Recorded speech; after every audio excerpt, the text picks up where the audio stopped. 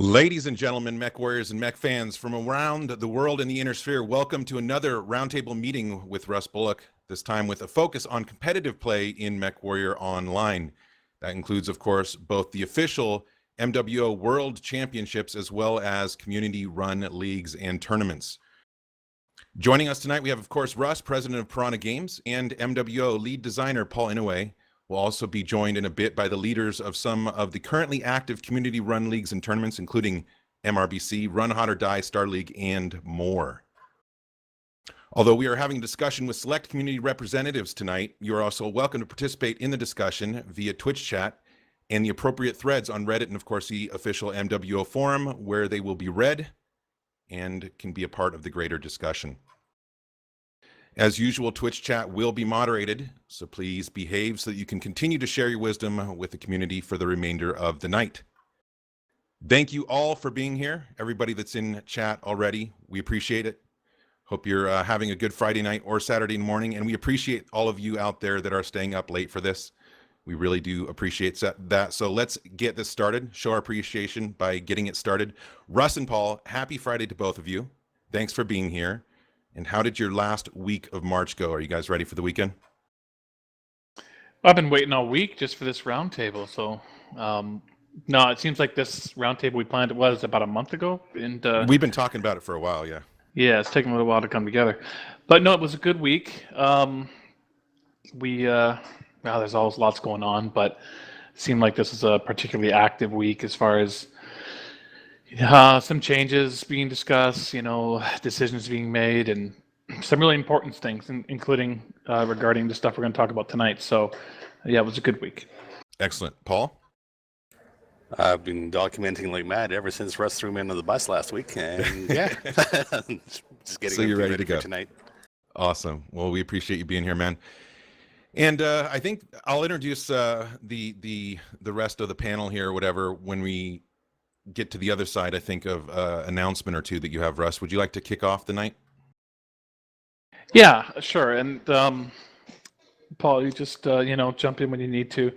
I guess first off, I think it's important that we do a bit of a summary, perhaps, on the last roundtable we had, because absolutely, yeah, the roundtables have been very good, been very effective so far, and sometimes, I know Darren and you and I and all of us kind of think long and hard about, what the proper format is for each of these things, because sometimes it feels like, it's more suited to a town hall, and sometimes, it's very focused on a roundtable.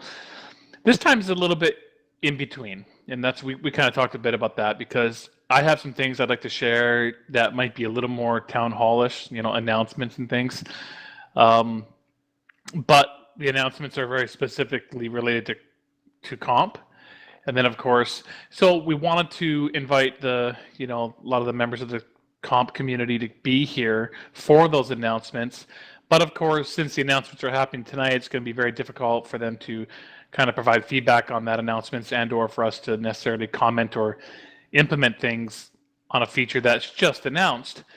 However, we'll do our best to kind of ride the middle ground here, and I think the guys have come prepared to share some other kind of unrelated thoughts and things that we can improve.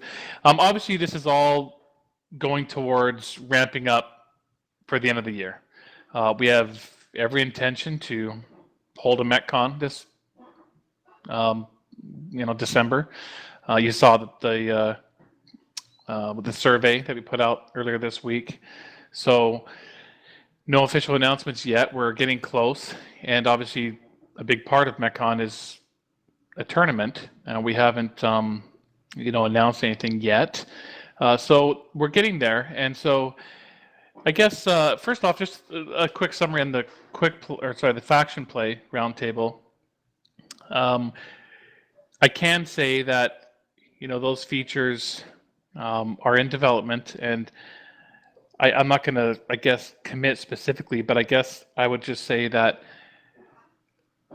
a large majority of the items we talked about were very good ideas, and even though some of them take a fair amount of work, we think they're worth the effort. So, for example, like spawn point selection is in the design phases, and I think it looks promising. So from a timing perspective, I think what we see here in the new year is that a lot of times we work on a lot of major features for that December, MechCon or that December timeframe. The last couple of years, whether it was the MechCon or the year previous, it was the Steam launch, and that's kind of a culminating point for us at our game. And in doing that, I think we have a bit of a dead spot on the other side of the new year. We try our very best to not make that be the case, but we've had fairly light patches here for the first couple of months of the new year, but we've got some really large features that are kind of piling up on us here. So some of that kind of affects the development of the Faction Play Roundtable features. A significant amount of those features are in development and have been in development for a couple months and are very far along, but there's still several very important features that we'll be able to get started on right away.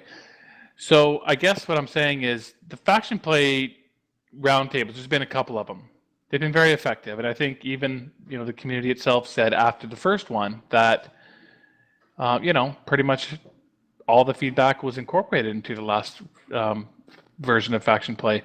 And I think it's looking quite promising that that'll be the case again with the latest Faction Play Roundtable.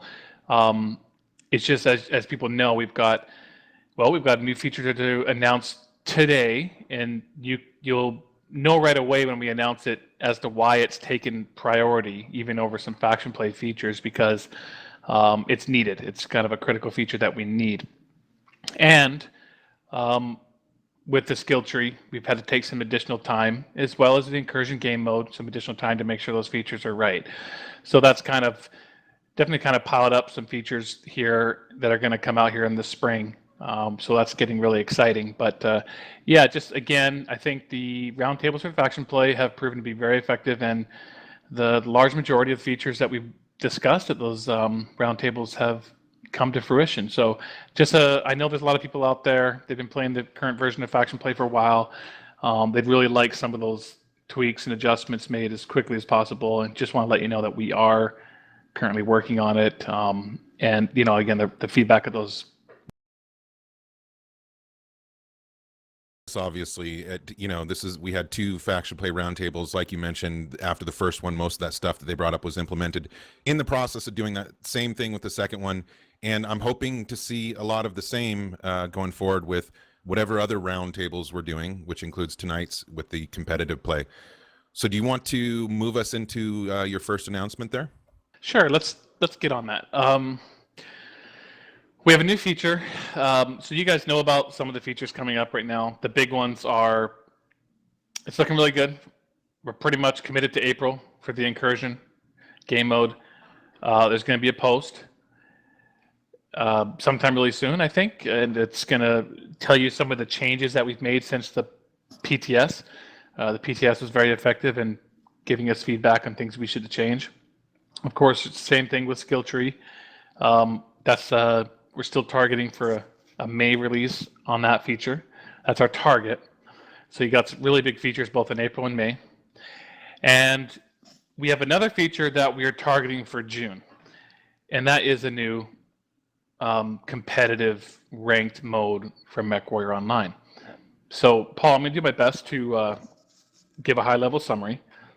And then I think we can dig into that, even go a little deeper and make sure that we're given, as many details as we can, but I just will put out a caveat, of course, is even though this feature is in full development right now, we are still making changes. I mean, just as recently as the middle of this week, we've made some fairly major changes to the front end of the feature because we identified what we thought would be some problems when it came to the community and the teams and what information is visible, basically competitive reasons to make sure that everything's as fair as possible. And so we had to make some changes. So this is how the feature will work. And as usual, I mean, this feature will definitely have to be version 1.0 because it's important for us to get this feature out in the early summer, or as soon as we can manage, because it has a very important role to play. We would really like to have another World Championships late this year, like we did last year, and we'd really like it to be not have to. We'd like to avoid the necessity of having a giant, 200 team. How many matches was there again? Bandit, you guys know, and Oh my God. Paul, whatever. So many 56. matches. It Oh, took a sorry, really long matches? time, and it was. was a I'm lot. sorry, Paul. Go ahead. No, I thought you said teams, but if you're talking matches, it was quite a ways up there. I believe it was around the 7,000 mark. Right, and it was a lot of work. It took a lot of effort and very hard to organize. And so we'd like to avoid having to do that this time. So the only way to really avoid doing that is to create a proper ranked mode in MechWarrior Online. It was a major commitment, I think, by us because our competitive scene is, I think, very healthy, but also not huge. So, but we had to really dedicate some serious resources to it. But I think, we feel good about it. It was overdue, and I think it's going to be really well used. So the way we see this working is you'll log into the client as normal, and at the moment, I think we're envisioning it that it'll actually be another tab up top. So you'll have a new tab, and I think we're still trying to decide what that would be called. Comp, I don't know. We got to think of something that works nicely up there. Competitive mode. So you'll go to that competitive mode, and here is where there'll be a new notion in MechWarrior Online of the team concept. So the rules are the same as the World Championship rules. So it's an 8v8 mode, 8v8 competitive mode. So in there, we've already got, as you know, in MechWarrior Online, there's the notion of the group, there's the notion of the unit. Now there's the notion of the team. So you can go in there as the team leader, very much like the web version, I suppose, we had last year, and you can create a team. You can send invites out. It'll be 8 plus 4 alternates, so a total of 12 can be on the team. People accept those invites and come in. The team leader can adjust those players into who's mains and who are alternates. Set some permissions, perhaps permissions like which of the 12 players have the ability to launch matches, perhaps if the group leader isn't there. And once this team is made, you'll go into a new lobby style screen where you'll see all the teams that are present. And there will be, so I'll let Paul, you just think of all the things I'm missing so you can fill in the details, but this is a true ELO matchmaking screen. However, this was really key to us and really important for us if we were going to make this, because we don't have the player base size that some of these huge games have. So there's no way we were going to try to create a matchmaker that would be waiting, and that teams would be waiting and waiting and waiting. This is not the type of environment we want to have here. Like, there is a matchmaker that is looking at ELO, and it will be very forceful even at making sure that the right ELO teams are matching against each other, but it won't wait. It will. And the way we're thinking about doing this is that we will have essentially, but this is the tunable value, but it was important for us that even though we look at other games that have done features like this and have done it very well, we try to copy and mimic them as much as possible, but we have very specific kind of problems with MechWarrior Online when it comes to matchmaking and community size and things, so we can't match them exactly. So in our case, we're thinking about having there's essentially a game clock. At the moment, we're just designing it around the notion of a 3-minute game clock, not a game clock, sorry, like it's a lobby clock. And that 3 minutes can change. It can be 5, it can be 10, it can be 1. But let's say it's at 3 minutes. There might be 20 or 30 teams here, everyone from the top teams, top competitive teams to, just friendly beer league teams. And everyone, once your team is all there, you can ready up. And essentially when the clock hits 0, it's going to match up as many teams as it can. So if there's 8 teams that are readied up, it's going to kick off 4 matches. If there was 9 teams rated up, it's going to kick off 4 matches, and the one team that didn't go would have top priority for the next time, for the next 3-minute countdown. So this is the way that we can ensure that it isn't just a black box environment where you come into your team, hit search, and just kind of wonder and hope and pray that there might be someone out there. And that you'll see them all listed. You'll know what teams are there and who's active and what's available. You'll even see how many teams are in the queue. And when the clock hits 0, I mean, before it hits 0, if your team's all ready, you can say, okay, we're ready. When that clock hits 0, that matchmaker is going to kick off as many matches, divided by 2 as it possibly can. And the recent changes we made were that to make sure that the players were, even though they know which teams are there and active, they won't know when the players enter the queue or the teams enter the queue. So there's no way to essentially, I guess, avoid each other. That was really important for us to make sure that the teams they just ready up and they play. And so and this is just a little side note, I suppose. Nima, you guys know him, he's an engineer that worked for us and works for us again. I'm not sure how many of the community really knew that he had left. He was gone for a few months. He's come back. So we're so excited to have him back. And he was our main matchmaker guy and everything in the past. And he is working on this feature, taking point and all the engineering and stuff. So that should give everyone a lot of confidence. And so once this clock hits 0, everyone's going to get matched up. So if there are, even ELO teams, or as even as possible, the matchmaker will make sure they get put together. So you'll have as competitive matches as we can. However, this is a very hardcore open mode that we don't want to have wait. So there's just no chance really of our community size being big enough that we're going to have like tiers or I guess, what's the term I'm looking for? Yeah, whether it's tiers or brackets, divisions. I mean, hey, if things, get way more interest than maybe we expect, maybe there's a small possibility we could go there. But certainly initially, it's just like, here it is. It's the comp league. And if 20 teams match up and there's, 4 beer league teams in there and like 4 top end teams, yeah, they're going to get matched up appropriately because the matchmaker will be very good at doing that. In this case, it'll be very almost brute force was the word that Nima used. Like it'll make sure they get put together with no waiting. But certainly, if there's only 2 teams rated up when the clock hits 0, and one is as casual team as possible, and one is the top team in the whole league, they will fight without any waiting. I want to make sure that's clear, that everyone understands that. So I guess obviously, everything is going to be based on an ELO system. What's the fancy word, Paul, for the system we use? It's zero sum or whatever. It is a zero sum ELO. Basically, it's ELO as it's being written for chess, right? Basically, it's a team is going to get their ELO rating, and it is zero sum. So if one person goes up, another one's going down. So it keeps the bell curve centered. And I know some of the guys who are joining us from the comp scene, I know you're throwing a lot of comments and questions into the chat right now. I'm sorry, there's just no way I can focus and read those questions and try to comment on those right now. I'm not ignoring you. Finish what your announcement, and we'll do a follow-up after. I'm not ignoring you, but I'm not that skilled. So let me see, Paul. So obviously there'll be leaderboards, and you'll clearly be able to see the leaderboards.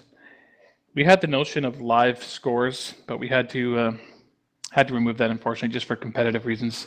Because once you can see a live match and know who's in the match, then you know maybe your top competitor's in a match, so you know when to enter the queue. So we spent a lot of time the last couple of weeks really thinking about those notions. We don't want to have any competitive problems with this. We want it to be, the top teams matching up against each other to really make sure that there's no way to game the matchmaker or the system to help, boost your score or your ELO, that it's truly the best teams are the best teams.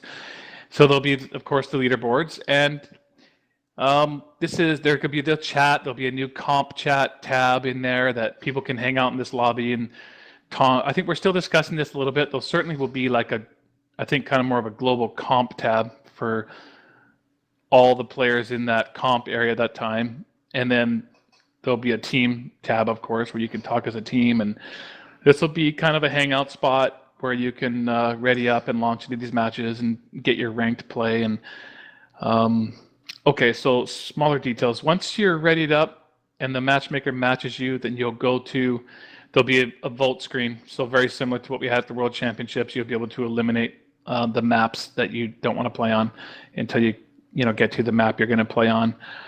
Right now, it'll be 8v8. It'll be Conquest. We have to be very focused for us to get this feature out in June so we can use it. So initially, we won't really have the ability to, I guess, change the game mode or do things like that. It'll be locked into kind of the tournament rule set. Of course, that's kind of necessary anyhow if we're going to be doing all these ranked matches and things. So, but you'll vote out the maps and, of course, get your score changed, go to your ranked leaderboards. And, we're still figuring out how we're going to use this. But obviously the idea is that once the feature's live, we will allow the community to play with this feature for a couple, 3 months. And then it will establish the rankings. At that point, we will decide and choose a certain number, the top teams. I don't know if that's 6 or 12 or I don't know yet. We're still deciding that. We could use some input from the community, of course. And then we'll probably have a small tournament just over the course of a week or two or less, maybe over a weekend, I'm not sure, to maybe take that dozen down to the final number that we'll bring to MechCon. So important bits that I missed, Paul? Okay, I think some of the stuff I can talk about is going to cover some of the questions that is in chat right now. The big thing is that, yes, the map banning phase is going to be happening before the mech launch, which means you're going to be able to choose your map and then your mechs. So you can choose your mechs after the map has been decided upon. The other thing is that when it comes to comp play, the actual feature set, it comes in two states. When it's an open season and closed season. In open season, your 8v8 or 12-man roster composition can be updated and swapped completely at will. So if you want to keep just one guy in your unit and kick everybody else out and bring in 11 other players, you can do that, right? The part that is not... when we switch it over into closed mode, that means you're going to have your 8 dedicated players and 4 alts. When we're in closed mode, you cannot switch those players out. You can only swap the alts with the core team, right? Another thing is cross-faction, or I wrote cross-faction, but this is actually cross-region gameplay. This is something that we're going to have to do purely based on the fact that we don't have the numbers in every single zone or every single region that we cater to actually pull off these massive World to World Championships type tournaments.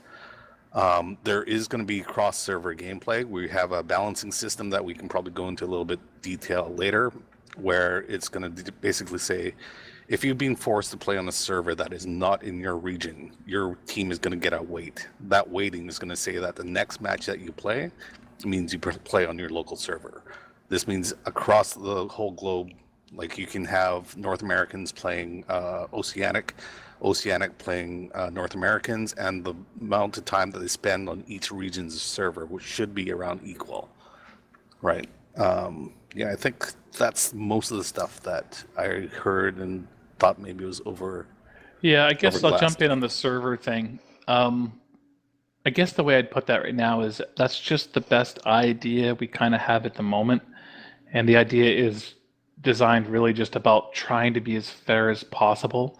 I definitely feel like that is an area that when we get talking to the guys here, we can kind of hear what they have to say. I'm not sure what our representation tonight is on non-North American teams, but that's definitely an area we can kind of do.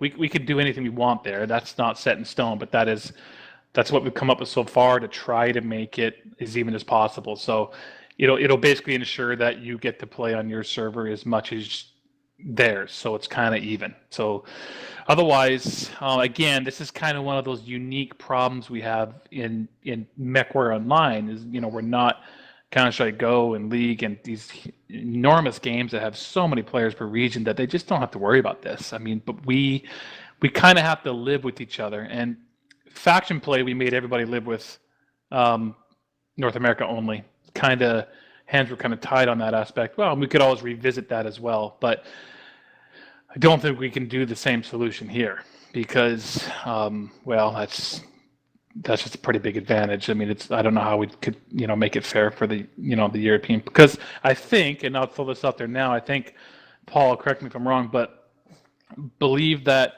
one of the bigger pieces of feedback from last year, and I think what this thing is going to allow us to do is, yes, we can determine who the top teams were per region, and perhaps it still will be a certain number per region that go to the qualifiers or whatever we're calling them. But I think we're fairly seriously considering the fact that those that actually go to MetCon don't have to be one from each region like it was last time. I mean, it is possible it could be multiple from one region, or if not all from one region.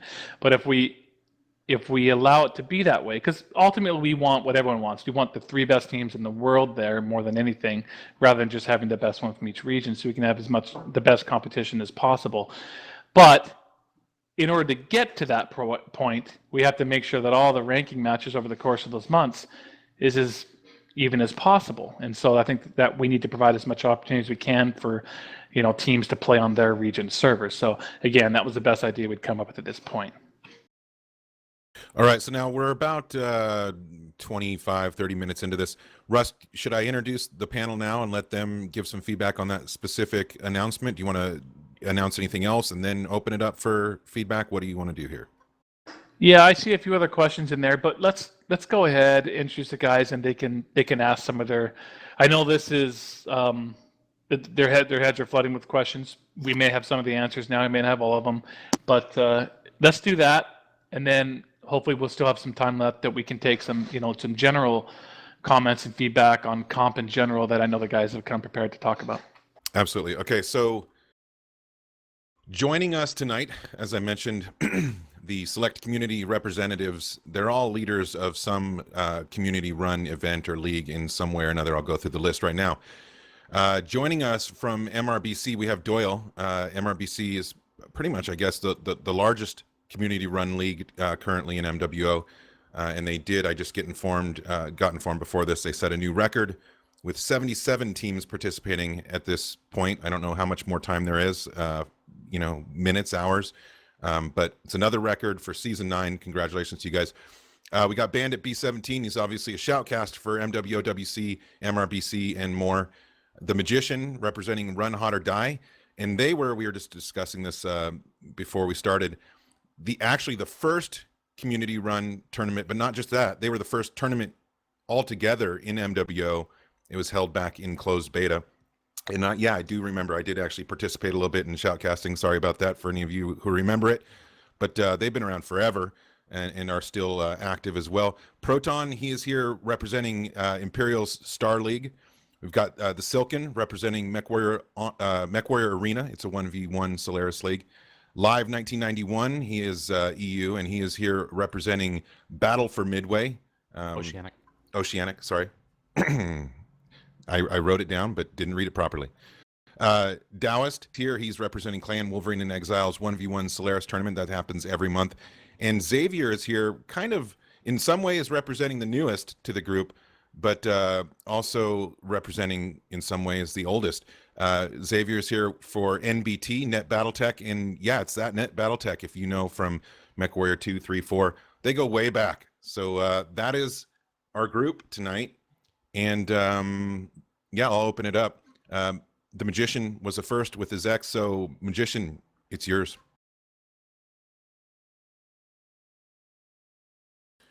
You there, sir? Yeah, sorry. There we go. No worries. Forgot to push my button. So No problem. first I just want to say I'm excited about this feature, but I mean I have so many questions, and I'll try to keep it really brief and just you guys run through what you can.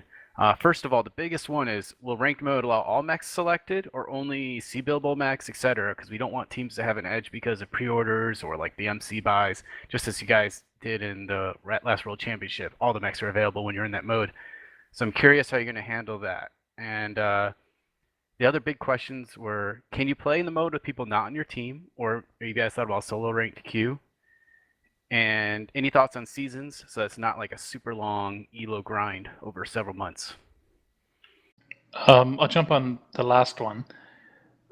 Yeah, I mean, the initial season I think is going to be pretty well defined. I think it will be seasons, and because let's say, hopefully we can hit this June patch for this feature. We'll probably only have, well, let's say it's middle of June for the patch. Then you have middle of July, middle of August, maybe 1st of September-ish. So, because ideally we want to have the teams decided on who's coming to MechCon earlier than we had last year. Travel arrangements and a lot of reasons. So it means that we probably only have like between 2 and 3 months, roughly. I'm just kind of spitballing here, in order to kind of get our rankings established before we have some kind of deciding, tournament, some kind of qualifying tournament with the top X amount of teams. So I think there will be seasons similar to that. Once the season ends, I suppose, is at some point is when we go into lock mode, where we'll have the tournament build like we had last year. So because we will probably continue on with our patches in the fall, September, October, November, and possibly have a lot of balance changes and things. So we will need to lock in again. It'll probably lock in somewhere around that time. We have the qualifying tournament to pick our finalists. So there will be a point when we go to a locked build in the tournament build like there was last year. So there will be seasons, but I guess somewhere in that 2 to 3 month range is kind of what I'm thinking they'll be from a length perspective. What were the other two again? The other two questions. First one was regarding what mechs will be available as far as like MC only mechs, etc. All of them. That's a really good question. Obviously, it's handled. It's handled on the tournament build, as you said, but in the live game comp tab, I'm not sure we have a solution for that yet, to be honest. So as we mentioned at the top of the show, some of this stuff, there won't be direct answers or simple answers, but this will be taken, like I think in this case right here, and obviously discussed. So these questions are appreciated. Keep them coming. What was the second question you had, Magician? It was, can you play in the mode with people that are not on your team? And was there any thoughts about a solo ranked queue? No, there's no hope, guys. I mean, we're already worried that, we're pulling who knows how many teams times 8 people out of the existing queues, solo queue and group queue and faction play and such. And so, if I'm understanding your question right, there isn't just a way to play 8v8 now in like totally different casual quick play queue or something. This is ranked play matches. Every match counts to your ranked mode and ranked and leaderboards and ability to qualify for the tournaments and official. All right. Does that answer the question? Yeah, I just gotta sneak one really quick also, because it's important. I think what you're talking about with maximizing activity. Any thoughts about having match time windows, such as during prime hours for the different time zones? That way you get the most teams in the queue, and they know when to show up to get the best chance of getting matches. I think about that all the time. I mean, that's kind of as you can imagine, that's an idea that's floated to the top probably 300 times since we started developing faction play, because faction play is similar. It's like, hey, let's potentially have a 3-hour conflict window at the prime time for each of the 3 regions or something. Unfortunately, the idea never makes it, because it always gets shut down by what you can imagine, thousands of people saying, well, what do you mean? I live here. I can only play then. I can never play it this time. And now this is a little different because it's organized teams. So maybe the idea, because otherwise with faction play, as you can imagine, it's kind of like chasing like a moon calendar. It's like, well, when am I going to actually be able to play when this thing's active? Now with teams, you can form your team with that kind of information already in mind. So I think it can be discussed again. Yeah, I mean, it has merit for this, because you got to know when you can fight, when you can play each other. But I guess the question would become, what are the right hours? Magician, since you brought it up, would you like to give a very quick, solid argument for it so it can be on record here and be listened to post-meeting? Well, I think the biggest argument is you just get the most teams, right? So you're most likely to have teams actually getting matches when it ticks down. You're most likely to have the most competitive matches, which will have your best elo indicators from that. You know, just as it's like almost having a daily tournament, right? For like 3 hours during, say, 9 to 12 p.m. Eastern or something like that for the NA servers. And leagues have kind of done this already, where we have scheduling hours where you're supposed to schedule your times within. That way, teams already know ahead of time these are times you're going to play. It makes things a lot easier, as opposed to teams duking it out on the NA server at 4 a.m. Eastern, you know, things like that. Well, I just want to touch on that just slightly. When it comes to choosing when are those good brackets for hours, right? It's always that game of, well, like kind of like what Russ was mentioning, is like what works for everyone. And there is no real set bracket that will work for everyone. I mean, sure, you could go for East Coast North America, West Coast North America, even Central has a different set of hours that would be best for those players. But we just wouldn't be kicking off like the sheer number of games that we could if we just said, you know what, play when you want, play when you can, right? And at that time, it's like, if you guys want to crush during Pacific prime time from 5 p.m. until 8 p.m. North America, then hey, you're going to get a lot of matches, right? If you want to stay up a little bit later, head to Eastern prime time, get some more matches in. This is trying to alleviate the whole notion of kind of like how the round robin dictated your life, saying, no, you're going to have to play within this time frame. This time, with this system, it's just saying, play when you can, and you will get seeded, right? Now, having said that, there's no doubt that I like the idea. If an idea could, if time slots could be presented that somehow worked for everybody, I mean, I do think it would be great, just because there's no doubt. I really have no idea how many teams are going to be created.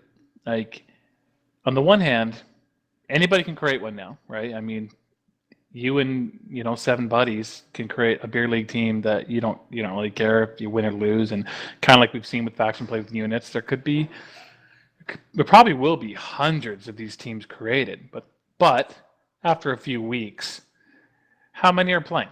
And is there going to be 10, 20, 30 in there at any given moment? Will there be times in the middle of the night where there's just a couple of teams? I have no idea. Certainly it's something I worry about. But for now, we really don't have any idea how many teams are going to be in there.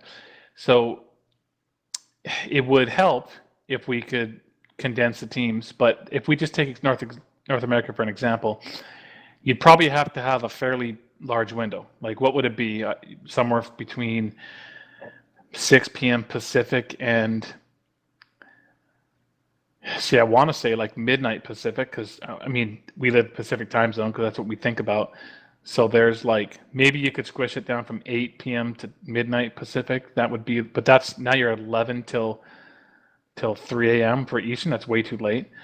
So you got to pull that into like maybe 6 Pacific to, if you went only from like 6 to 9 Pacific, then a lot of Pacific players are not going to be able to play until 8 or 9. So now that they run out of time. So now you got to make your window probably at least 6 hours. And you make it 6 hours per region, you're up to 18 of the 24 hours anyhow. So that's the problem I have. So I guess I need a solution presented that makes sense. And every time we try to sort of think about it in that regard, it just falls apart. It just doesn't ever come together well enough. But and I'd like to ask a question though, because I am a little bit stumped on the the mech pack type of thing. I totally understand that, but for the tournament build, it's easy, right? It's not your main live account. We can give you all the C builds in the world. You can buy whatever you want, any mech packs, anything, any heroes, whatever you guys want, play with. I don't think there's no way we're going to be able to have the same solution on the live game account. So, but then again, on the tournament build, you're going to be able to play on anything. So you guys, thank you for that comment, because that's a real stumper, to be honest. I don't really know what to do there. I'm not sure what you guys would suggest. Well, we do have an order. People have been, raising their hand essentially. Does anybody have specifically a solution potentially for Russ on this subject matter in the panel? If not, then we'll move on. The only thing I can think of personally is just make sure the finals is big enough to make up for, if somebody was, say, buying all premium mechs just to skirt by, they'll get flushed out in the finals then. That's the only thing I can think of. But how about providing me some examples of, I just want to make sure this isn't a situation of perceived advantage, but in reality it's not. Meaning, all the best mechs in the game are already available for C-bills, and therefore it's a non-issue kind of thing. The problem with that is you often release mechs that are OP, like the Kodiak 3, and then it's an MC. If you're not going to buy that mech, you're going to be at a disadvantage to the rest of the teams. But those mechs are all available now, though, right? Well, no, if the Roughneck comes out. Yeah, I mean, most likely, so I'm just thinking live here, so we'll skip ahead here. We won't have time to discuss it. This is something we'll have to think about, but which is probably going to add to development time, of course, and this is why we do these things. But well, as we may have to have a way, Paul, of like putting a cap on the mechs. So I don't know, just so like, we say, okay, as of this day, the feature goes live, but have a way of like blacklisting mechs that are future packs that are released. I don't know, because there is going to be a few months there of the qualifying time of the ranked matches before we, get to that finals. Actually, yeah, and even Eagle Slayer is saying in chat, right, lock out the MC only max in the matchmaker for the comp arena, right? That could be something we could look into, right? If it's an MC only mech, you can't field it.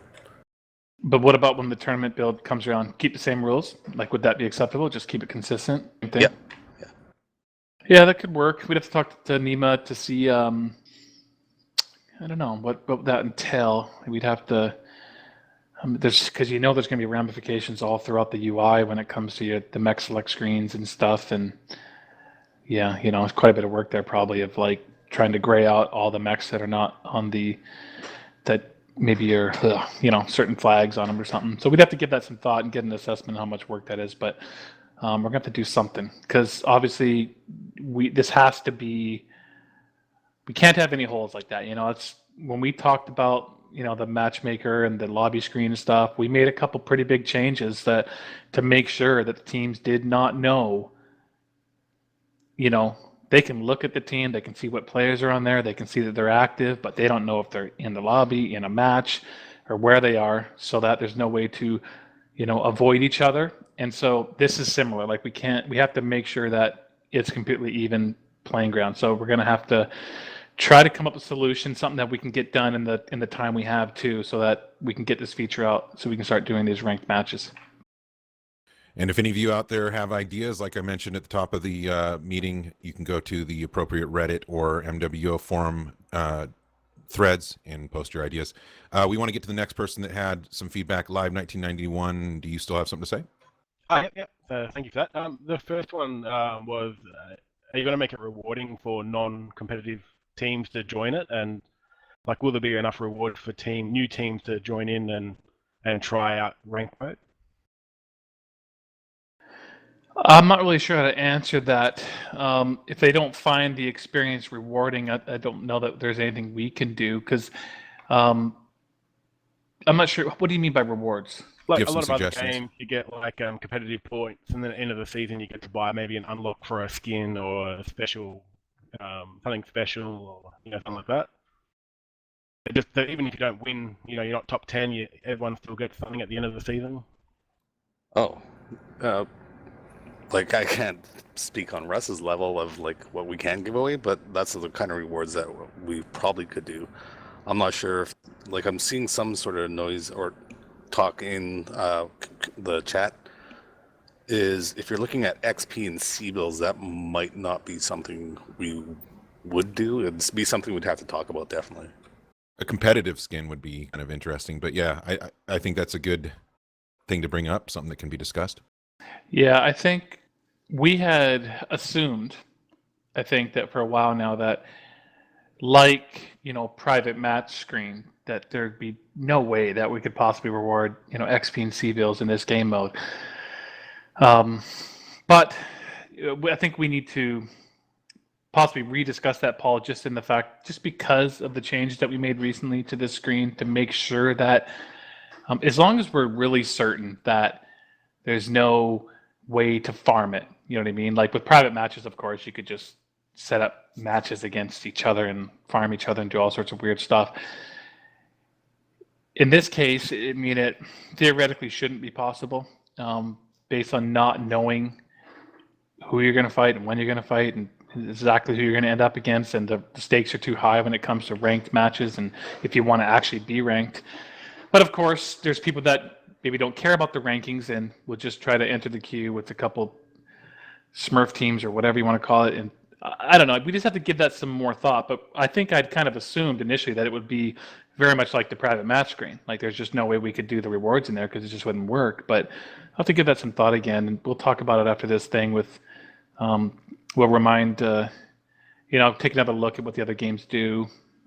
Most of the time we can kind of mimic and copy what some of the big games do, whether it's League or World of Tanks or Dota or Counter-Strike Go. And I mean, these are the gold standard. We'll, and no shame, if they're doing something great, we'll copy it. It's just that we find that, of course, we have very specific problems with Mech Online that no other game has in certain ways, and so we have to always keep that in mind. So I ask you to keep that in mind too, that just because some other game does it doesn't necessarily mean it's going to work perfectly for us either. But yeah, that is something we'll have to rethink about again. Excellent. Is that good, or you have any more? Oh, I've got two more questions. The Go. next one is a lot of OC teams would prefer to play on NA servers. Are we able to select our own server, our preferred server, instead of using the OC server? Not all, but quite a few do. I think you're cutting out just a little bit, but I think, Paul, the way the server, a team is created. When you create your team, you designate yourself as a region, Region right? X, So Y, Z, yep. that is your preferred server. I don't think there's the ability for a European team to say their preferred server is North America or something like that. I think it's, if you're a European team, you're a European team, North American team, Oceanic team, and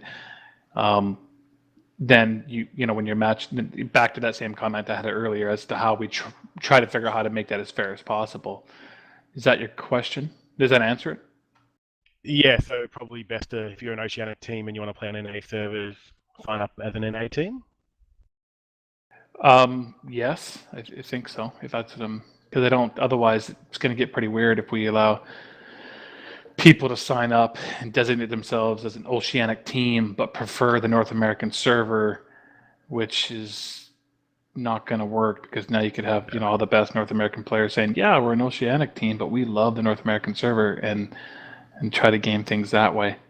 It's just that a lot of the Oceanic players get a better ping to the American servers than the Oceanic servers. So yeah, I think that's something we're going to have to take a look at. We need to reassess that server. It's initially we had put it in Singapore because it was. It is Singapore, right? I think it's Singapore. Yeah, it was basically a central region for that whole area. But if the vast majority of our players are in Australia, for example, then there might be a better place to put it. But from what I remember, it's a big country. It's kind of like Canada in that sense, but it's like if you're on the eastern seaboard over there by Sydney and stuff, great, we could put a server there. But if you happen to be on Perth or something on the other side, then you're screwed. So you might get a better connection over there to Singapore. So it's a really difficult problem for us to try and solve, but I wonder if there's a better place to put it. All right, so that's something also we can look into. Live, did you have one last? And the last one, is there any chance we can get some of the competitive players or league run people to beta test it before it goes live? Probably. We're going to be really going to be on the clock on this one though. So I think if we can manage to do that, get you guys onto whether it's on PTS or something, we'll be looking for the more of the minor feedback and things that are broken and small tweaks we can do rather than change the feature, because it is kind of important that we get this feature out in June at the latest so that we can get everyone playing their ranked matches. We also have this comp play area in the forums coming up live, so if I could get some feedback from Australian players, that would be great in terms of like ping, because I'm hearing two different things. I'm hearing, yes, the pings to Singapore are okay, not great, but they're okay. But there's also other times where I hear that the pings from Australia to the North American servers is just way faster, right? So it's kind of hard to judge what the performance really is. The main problem is the Oceanic server, the pings will go up and down like crazy, where the NA server will be more stable. And just with the hope stage rewind, when you're hitting targets, if the ping's stable, it hits a lot better. Yeah. All right. Yeah, we could do some tests there. I'm going to talk to Mike, and there's got to be something we can do to get something somewhere else and give it a test or something. But yeah, thanks for your questions. Appreciate it. A better solution. All right, Bandit, you're up. Oh, hey, Russ. Real quick, thank you for meeting with us and stuff. It's a pleasure, and hopefully we can provide you a lot of good feedback.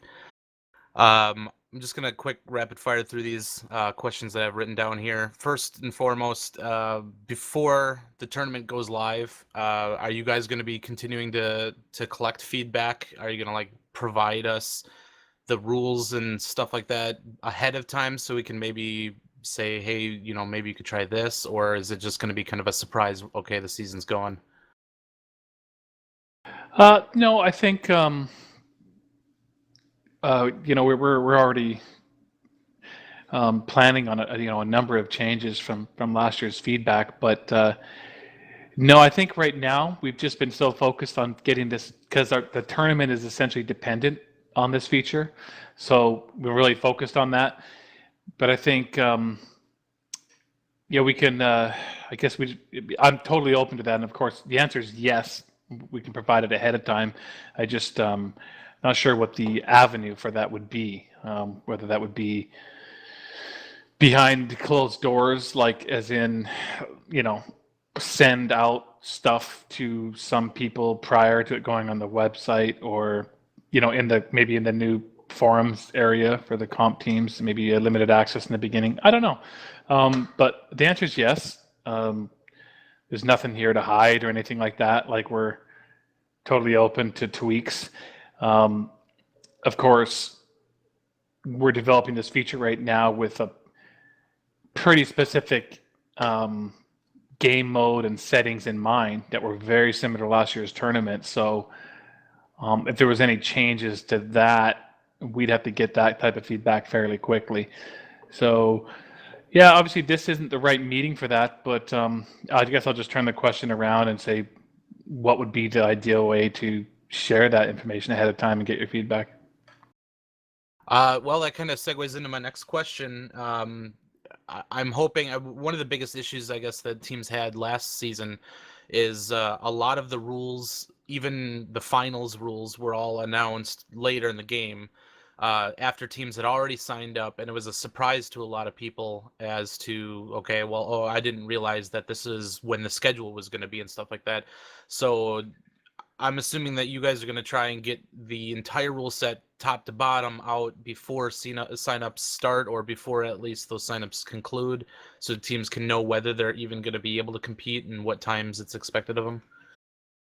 Well, I can touch on that a bit. Yeah, it's not. I mean, it's not as applicable this year, though, is it? When you think about the new feature that people can sign up kind of freely throughout the whole time, as long as they can get their elo up, I suppose, and rank up, and its scheduling would be. I guess you're thinking more about the finals, though. Once you've qualified for the finals, sorry, Go ahead, Paul. Well, the thing is, MechWarrior World Championships 2016 was a great learning experience for us. We interacted with people. We understand we had some shortcomings. It was a tough run to the road. But at the same time, it's like we've learned a lot. We know we made a lot of mistakes. We're willing to make up for that. We will be talking with you guys a lot more, right? The forums that we're creating for comp play are a prime area for this kind of feedback. Whether it comes down to selecting a few group behind closed doors, that can happen, right? But we just want to let people know is like we learned a lot from last year, right? And are we going to make those same hurdle mistakes? We'll try not to, right? One of the things about the last tournament was the whole round robin and how much of a headache that was. And with this new system, that round robin is gone, right? So it's a matter of just play. Let's get you seated. That's the key, is getting proper seating this year. Whereas last year, we just didn't have anything to run with. But now that we have that kind of pressure taken off of us, we can focus a lot more on getting that information out to you guys a lot faster. Excellent. Hold on real quick, just interject. There's the official announcement. There is a competitive play section on the official MWO forum. So if you guys want to follow up, have discussion, help give your feedback on everything that's being discussed tonight, please check out that new section of the forum and use it or we lose it. Go ahead, Bennett. Okay, next question. It seems to be a big point of contention, the 12-man rosters. Now, my understanding is that you're going to be able to move pilots in and out of those 12-man rosters as often as you want during the ELO period, and then you're going to basically lock rosters and go into the finals at that point. If that is the case, is there any point to having a 12-man roster during that entire open period, since you can basically swap people in and out at will, or does it impact your ELO when you do that?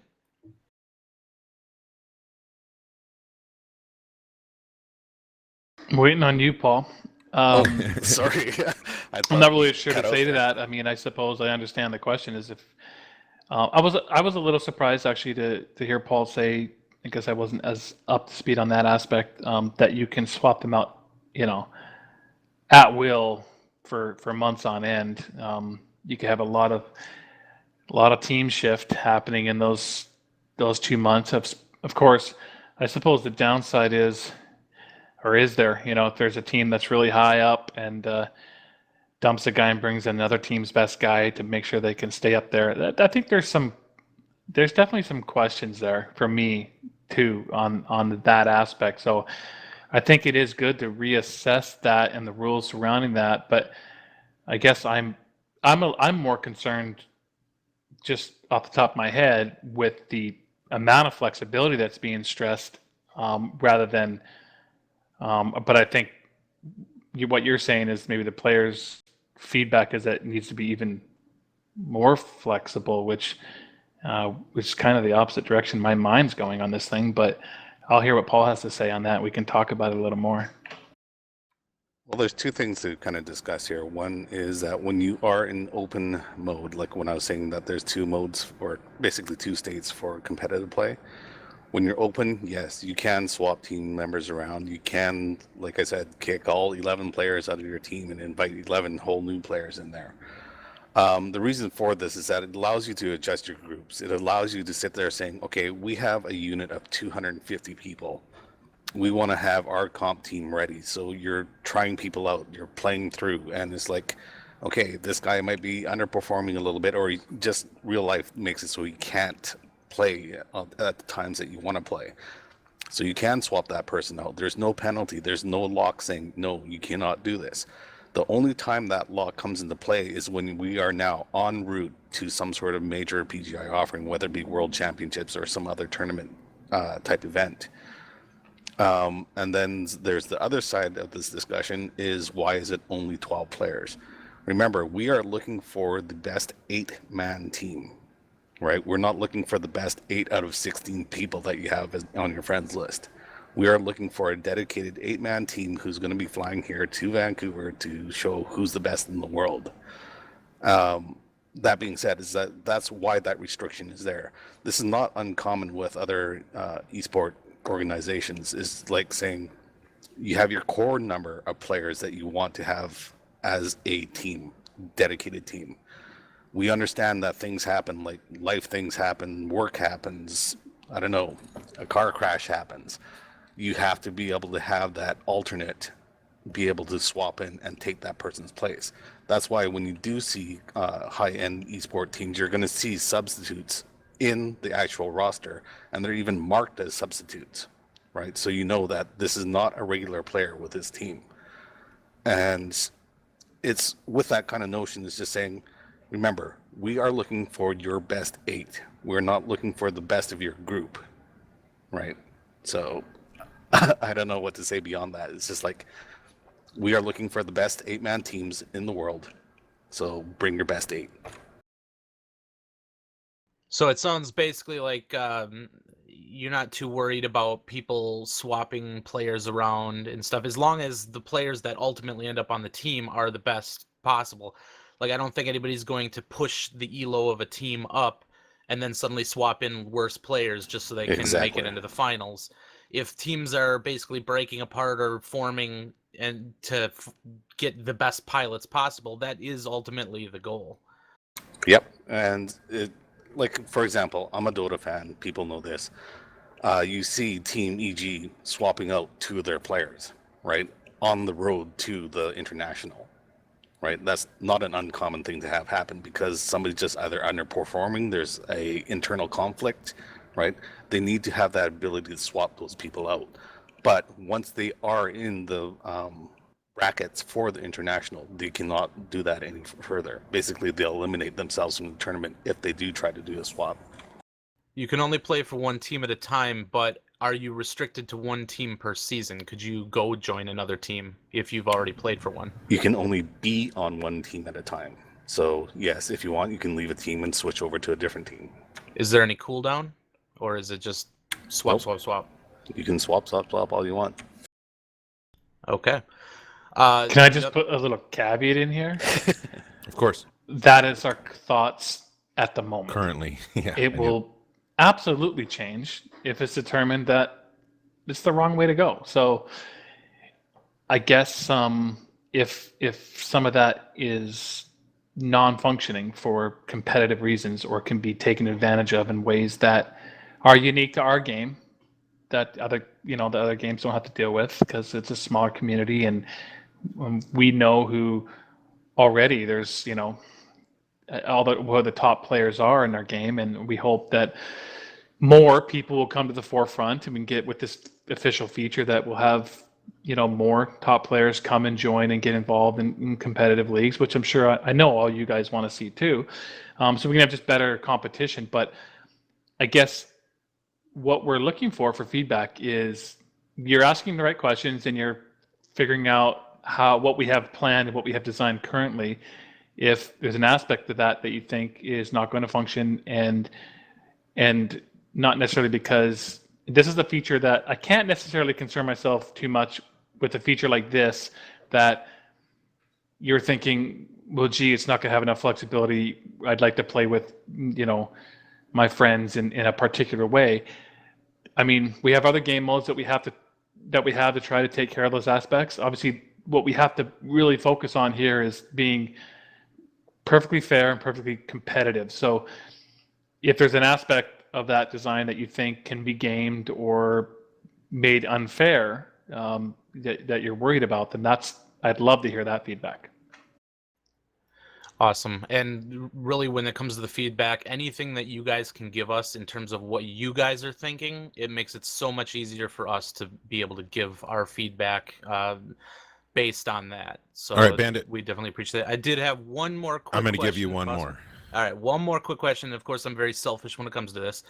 Will there be any access for maybe special people to the spectator tool for any of those type of matches? Anyone but you. So yeah, be more specific. You want access to what now? Can there be any sort of shoutcasting or anything for some of those matches, like just drop in and cast them kind of situation? I think that can be discussed outside of this potentially, unless Russ or Paul, you want to make any statement towards that. We do have some plans for it, but again, it's a little bit early to, make a full comment on it. No problem. Thanks. All right, I'm going to end with Doyle on this. We have a lot of info still covered tonight, guys, and we're already a little bit over an hour into this. So, Doyle, I'm going to let you do your question, and then I think Russ will announce one more thing. Then we'll go to a short bio break and return for a lot more. So, Doyle, you're up. Yeah, I'll just make it a quick single question. Thank you, sir. In relation to the ranked mode you've talked about, have you decided on a drop deck format? Do you have any early thoughts on that? So, for example, will it be like the 2-2-2-2 format that was used for the last PGI tournament, or are you thinking tonnage? Do you have any early thoughts on that that obviously might change?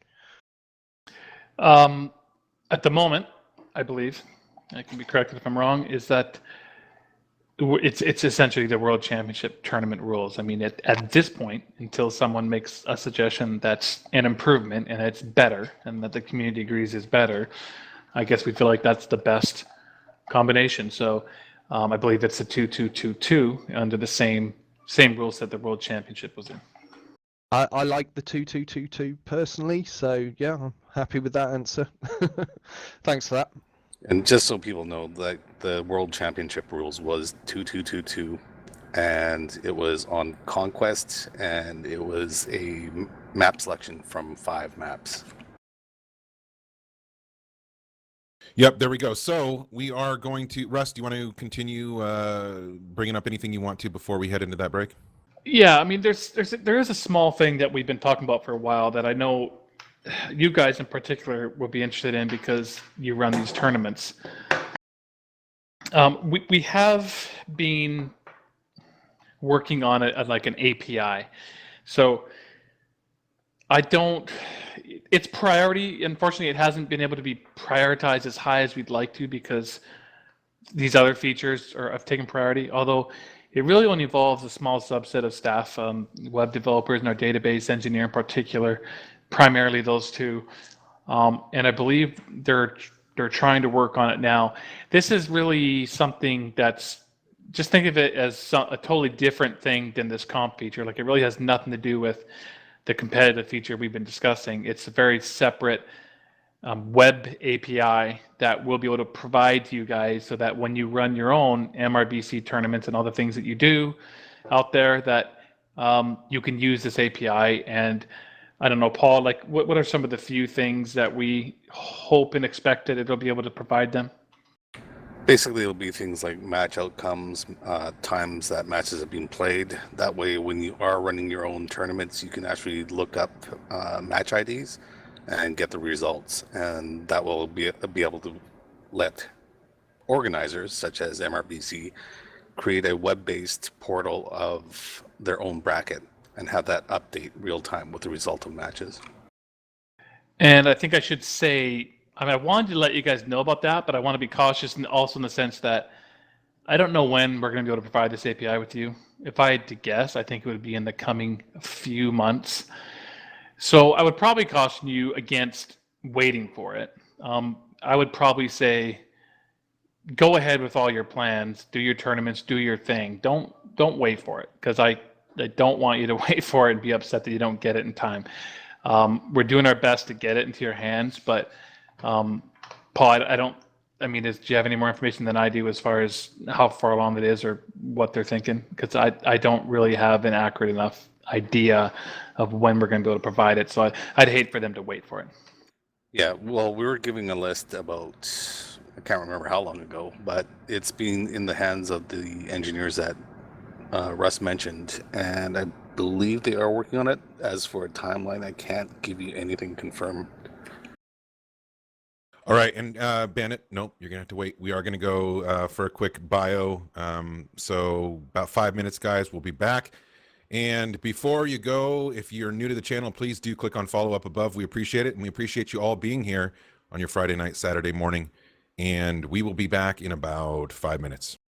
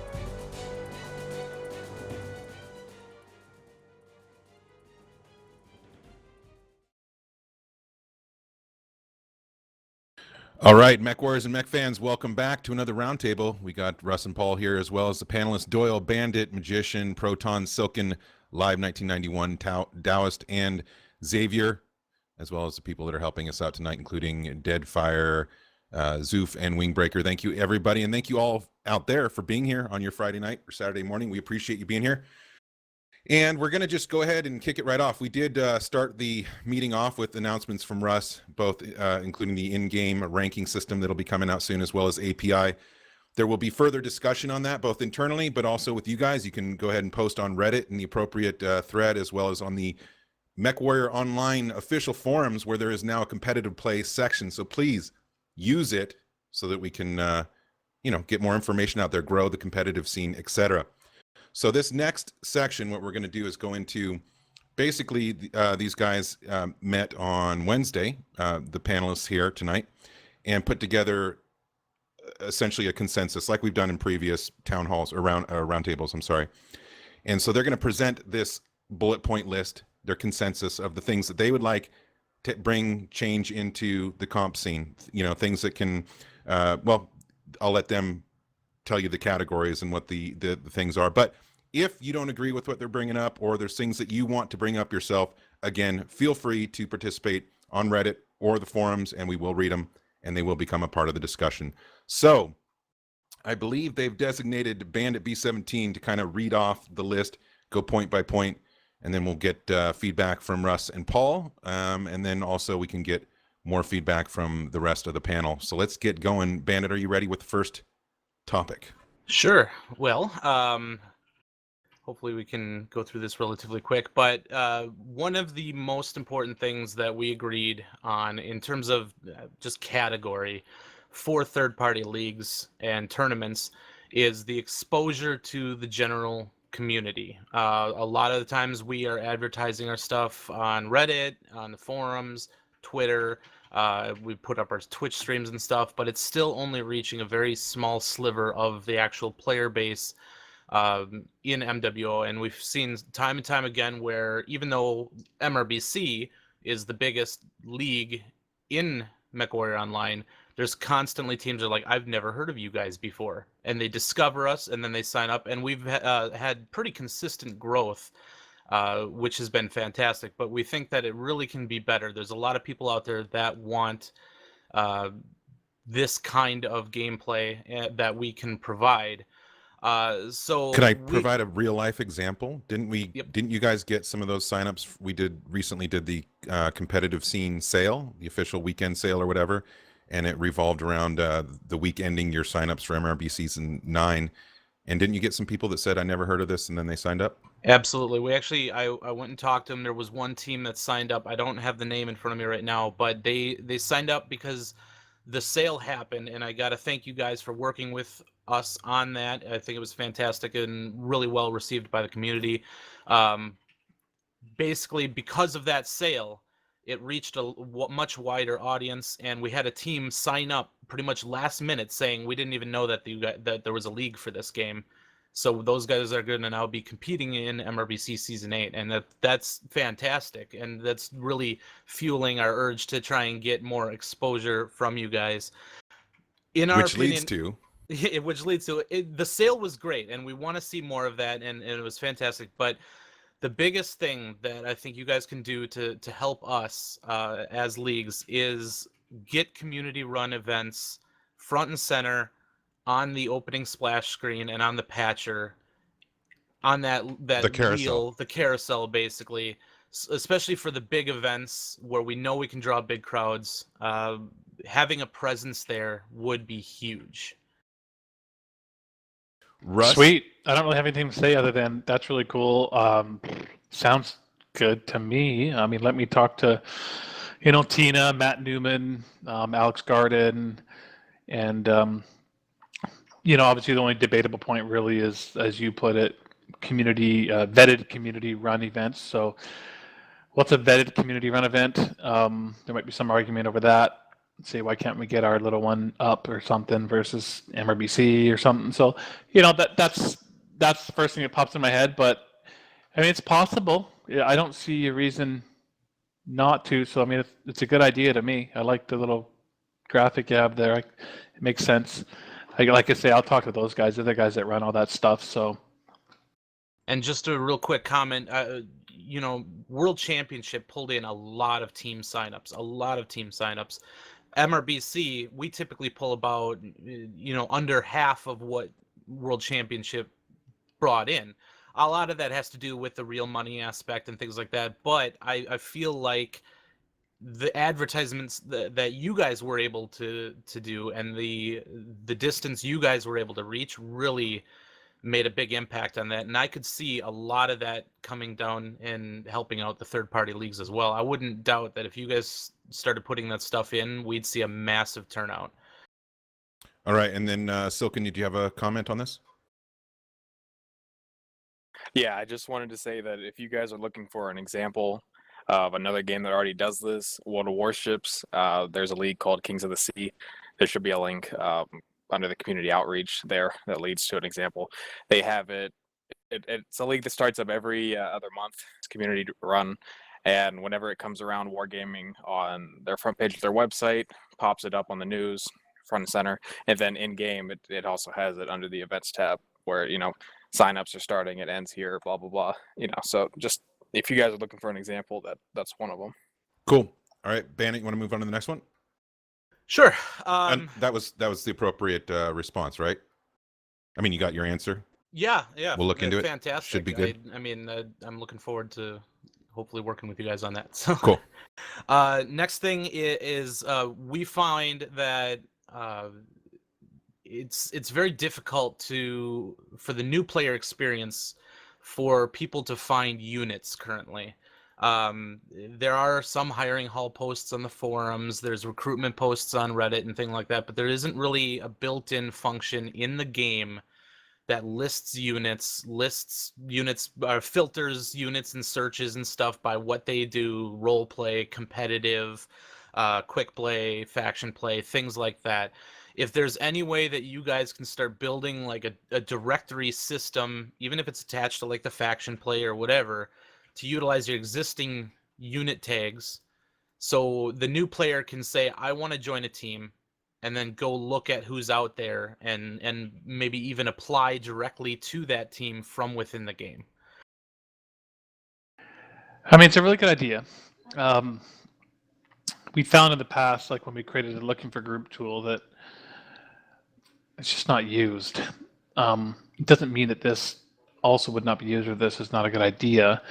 I guess the first thing I think of is, well, we're getting up the comp feature now, and so now there is kind of a notion of it's not just units, right? I mean, there's going to be units, and there's also going to be teams now, like the comp team. So I suppose the browser then, I mean, I'm just kind of envisioning like essentially the social looking for group aspect expanding into a whole new thing that isn't just about looking for group, but it's about units that are already out there that are recruiting, or and then even potentially just teams. Or do you guys, I mean, it's not always going to be the case where a team is going to come out of like a faction play unit, right? I mean, sometimes it's going to be just a team. Like they don't play faction play, they don't have a unit in faction play, they just created a team. So it does. Now I know, we just announced this feature to you guys tonight, so you didn't have that when like you made the document or when you first wrote down these bullet points. But I guess now you'd have to both list off the units and the comp teams, because comp teams could also be searching for players and things like that, right? Yeah, I mean, just my team, for an example, some of us play faction play, but a majority of us have focused on quick play and competitive play. But we still are tagged up in the game, so we have to go into the faction play system and we have to pick, a faction and tag up and stuff. But we still pay the fee basically to add new players because we want them to wear our tags. We're big on loyalty. For Marine mechs, anyways, a lot, like 90% of our members have come from a single forum post called the hiring hall that was buried deep in the mercenary section of the forums currently. I get an email anytime somebody posts there. I look at what they put in there. If it looks like somebody that we might be able to bring in, I send them a message about my team. It's fantastic, but it's hidden. It's not really officially vetted by PGI, and I'm sure that 99% of the players in this game don't even know that that thread exists. So even if you can't get something in a reasonable amount of time in the game, drawing more attention to either an official post or official system on the website that players can go to try and find a home, because this game is huge on community. And for a solo player, it's great, but in my opinion, getting into a unit and experiencing the game like that is a completely other world, and I would just want to help people find that experience. Best played with friends. Yeah, I mean, off the top of my head, there's no doubt that a like a big in-game browser, this is basically like a guild, search for guild or guild looking for players type of tool. That would take a fairly significant amount of time. This would be a later in the year type of feature if we were to pursue it. But your point is well taken about the post. Regardless of that decision, I mean, we just made it a competitive. I guess we just need to do a reassessment and all that, Paul, because I just think there's been, it's been a few years since probably the initial wave of, posts like the hiring hall or whatever. Essentially, there needs to be like a unit area. We've had those for the different factions and things, but yeah, we're just gonna have to do a complete audit on that, I guess, and see if there's something we can't do to just help out a lot in the meantime. Competitive. Go ahead, Paul. Sorry. Sorry, I can't speak on maybe putting this into the client, but it might be something we might be able to organize on the web, right? Or even through that API. I don't like Russ is saying, it was like we should definitely sit down, reassess, and analyze what we do have, what information we do have, and how we can work with it. So, yeah, I totally agree. Facilitating any sort of competitive or no, people finding friends or teams, units, comp teams, whatever in MWO is just going to extend their time with us and with the game, and I think it's just a win-win for everybody. But yeah, so I think that's going to be assessed, reassessed, Bandit. So where do you want to go into the next one? I believe Doyle had a question. Oh, Doyle, did you have something to say? No, I think that was previous. I don't know. No, it was on this subject. Just real quick. For Russ and Paul, I've just linked in the chat box what we have on mrbcleague.com. So we have a section for teams where they can write their blurb, list their players, blah blah blah, and it also has their team speak address, details they can put in, things like that. So if you wanted an example of something that we're getting at, I would say please have a look at that.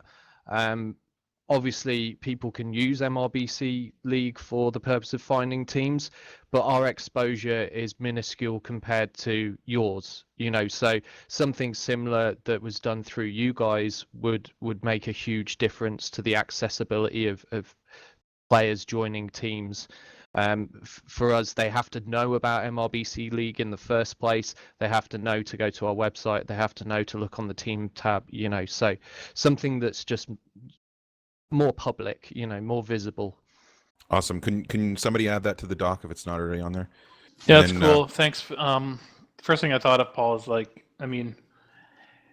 we could do something on our own website, in our forums and website, a lot quicker than we can put it into the game. But we could put. I always prefer everything to be in the client if I can, ideally, but that just takes time. But you can also. You can put links in the client, like perhaps in the faction play section, there's a, find a unit button that would link to, a page like this. And that way, at least they can, get directed to these areas, but not necessarily have to wait to put entire, sections and screens into the game. Just a quick question, Doyle. Is there a way of seeing every single team that's on here, or is it just one team at a time? There is. If you see at the top of that page, it says, just under the heading of team profiles, it says select team. That's the drop-down menu there. and you can scroll through the whole list of teams. Now, unfortunately, it does also include dead teams because we've been going quite a while. So there's some teams that no longer exist, but are obviously still in the list. But you can scroll through there and find lots and lots of teams. So Well, I was just just some thinking, kind of like, if you go to a web page, you just hit view teams, and it shows you every single team like a giant table of some sort, right? But- that would be a question for my other half, Shell, who does all the coding technical No. stuff. Or I was just wondering if there's a way of seeing that, so I could just see how many teams were on here. But Paul, that's that cool. was brought up. Like that was something that these guys did bring up Wednesday night when they held a pre-meeting. Something, some way to see all of the teams, maybe what their focus is on, casual play, faction warfare, comp, whatever, and they can check boxes, and so that can show up. And I think something like that would be amazing. I think we had one more question. Proton, he's awake. Proton, did you have a question on this?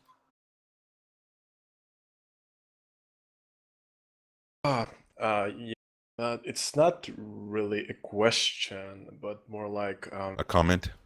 a comment. Yeah, we've been talking about like this spectator to lobby improvements, community out.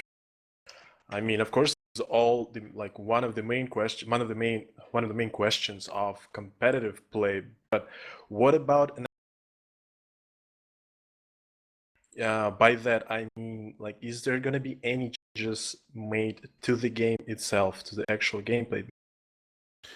All right, so he was cutting out for me. Did anybody get that, or was he cutting out for everybody? I think his mic. Yeah, I don't know. It's my. I don't know. It's like after the last team speak up.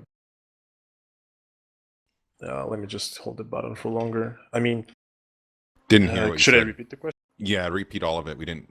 You were cutting out way too much. All right. So, I mean, like I said, we've been talking about spectator tools, about lobby improvements, about community outreach stuff and leagues. I mean, of course, this is one of the main questions about the competitive plane, but I think the main part, I think, of the competitive gameplay is an actual gameplay that we are experiencing right now. I mean, in that I will include like balance stuff and the mechs being not mech roles being not recognized on a stream by new players, by casual players. Because this game is all about the people feeding the mechs, making a loadout of the mech. This game is all about the mech lab, and by that, what I'm trying to say is that MWO, I think it needs roles and. Okay, so you're essentially talking about gameplay itself, other than what's been brought up tonight. Yes, because honestly, yes, I was Mhm. expecting to talk about this more today than. That's fine. Don't get go me ahead. wrong. Like I understand lobby and spectator tools are, of course, gonna be the things that has to be brought up and has to be improved. But the gameplay is the second main issue with the game. So 'Cause obviously, how a long is huge. gonna Go ahead. sorry, how long is gonna take us to people get finally bored of the Kodiaks and Night Gears and in a competitive play? Because someone in the chat said the good, not a good question, but a good post, like you have, like, doesn't matter if you have a 2-2-2 tonnage restriction or an actual, I mean, how do I say that? Sort of from my It's okay, man. poor No, English. it's early too. Drop deck. Drop deck, yeah. So two heavies, two lights, two assaults, two mediums, or tonnage. It doesn't matter because people are gonna be bringing the same mechs. There's so many mechs in the mech lab that are barely used or not used at all. Like, is it gonna be addressed? Because how long it will take people to get bored of seeing the same loadouts and the same mechs in All right.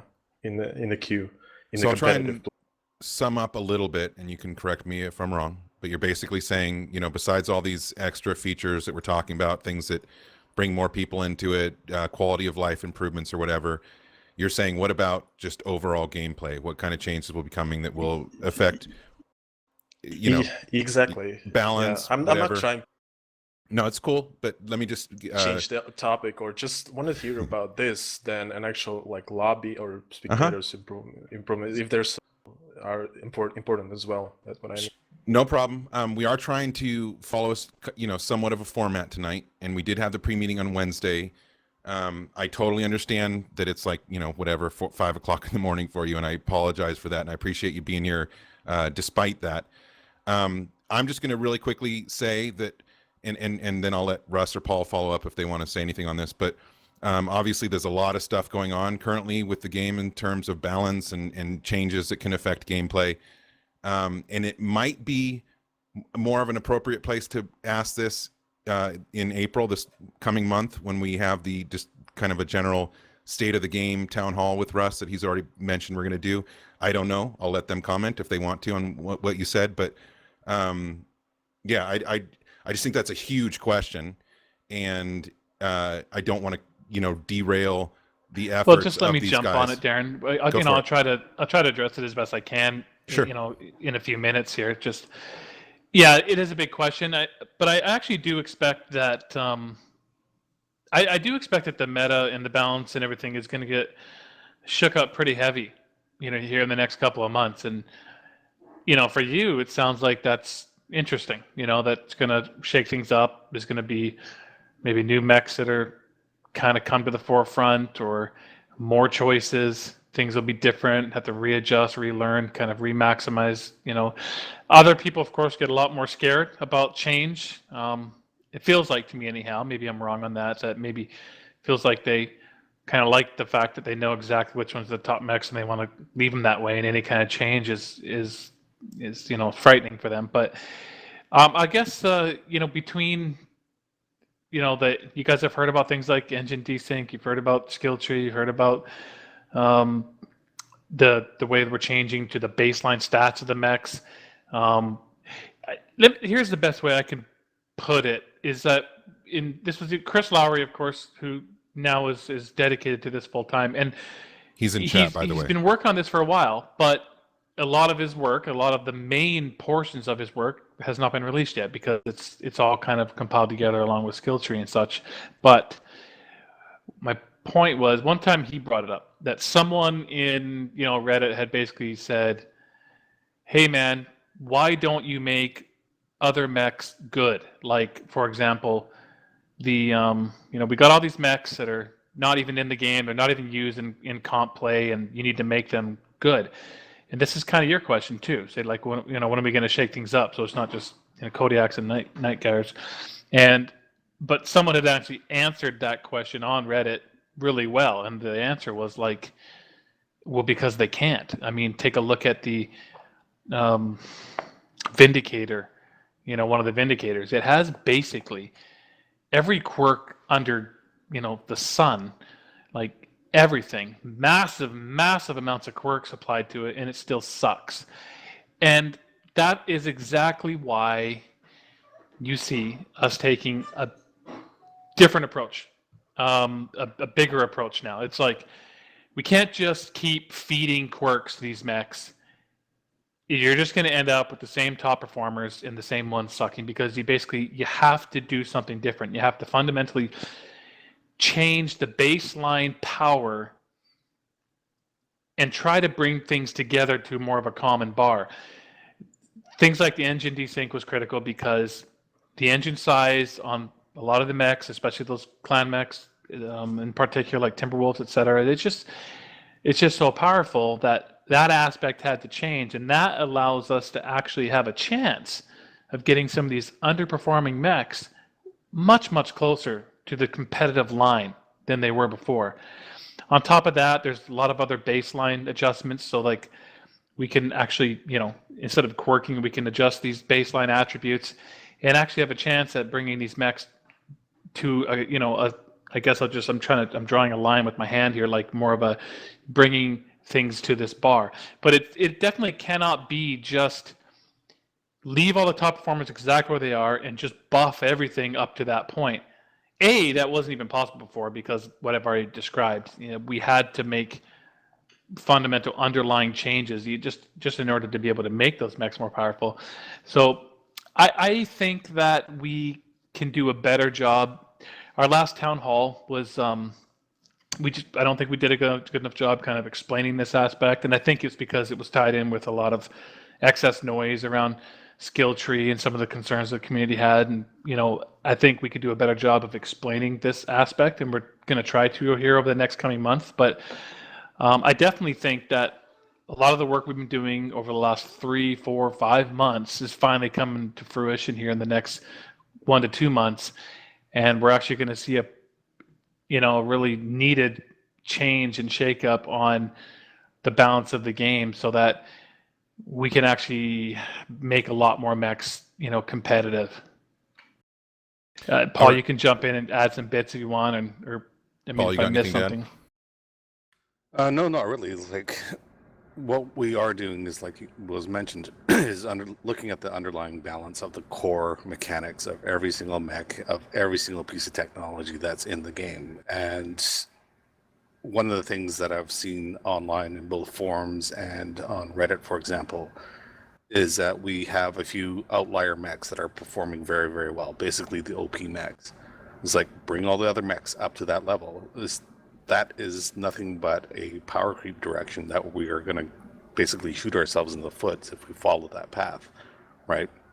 So Chris is being brought on board to read what people are concerned with, what are the issues that are currently out there in terms of balance, and then because he has such a large play hour count as well, he's seeing what's happening out there. He's understanding where you guys are coming from, what kind of balance changes you want, but how can we address it in a way that meets both the criteria of what the players want and what we need as a game, like an online game. So it's all coming down the pipe, but it's just a matter of getting out these big features that are just on the horizon.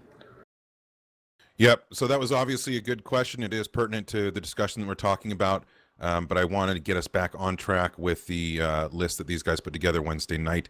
That doesn't mean that other things can't be discussed. Certainly, if you want to continue discussing balance, Chris, PGI Chris is in chat right now. Direct your questions to him. He'll answer what he can. And then there's other methods as well, like I mentioned before, Reddit, MechWarrior Online forums, and so forth. And we can continue the discussion. It's not just what these guys are bringing up that's going to be addressed.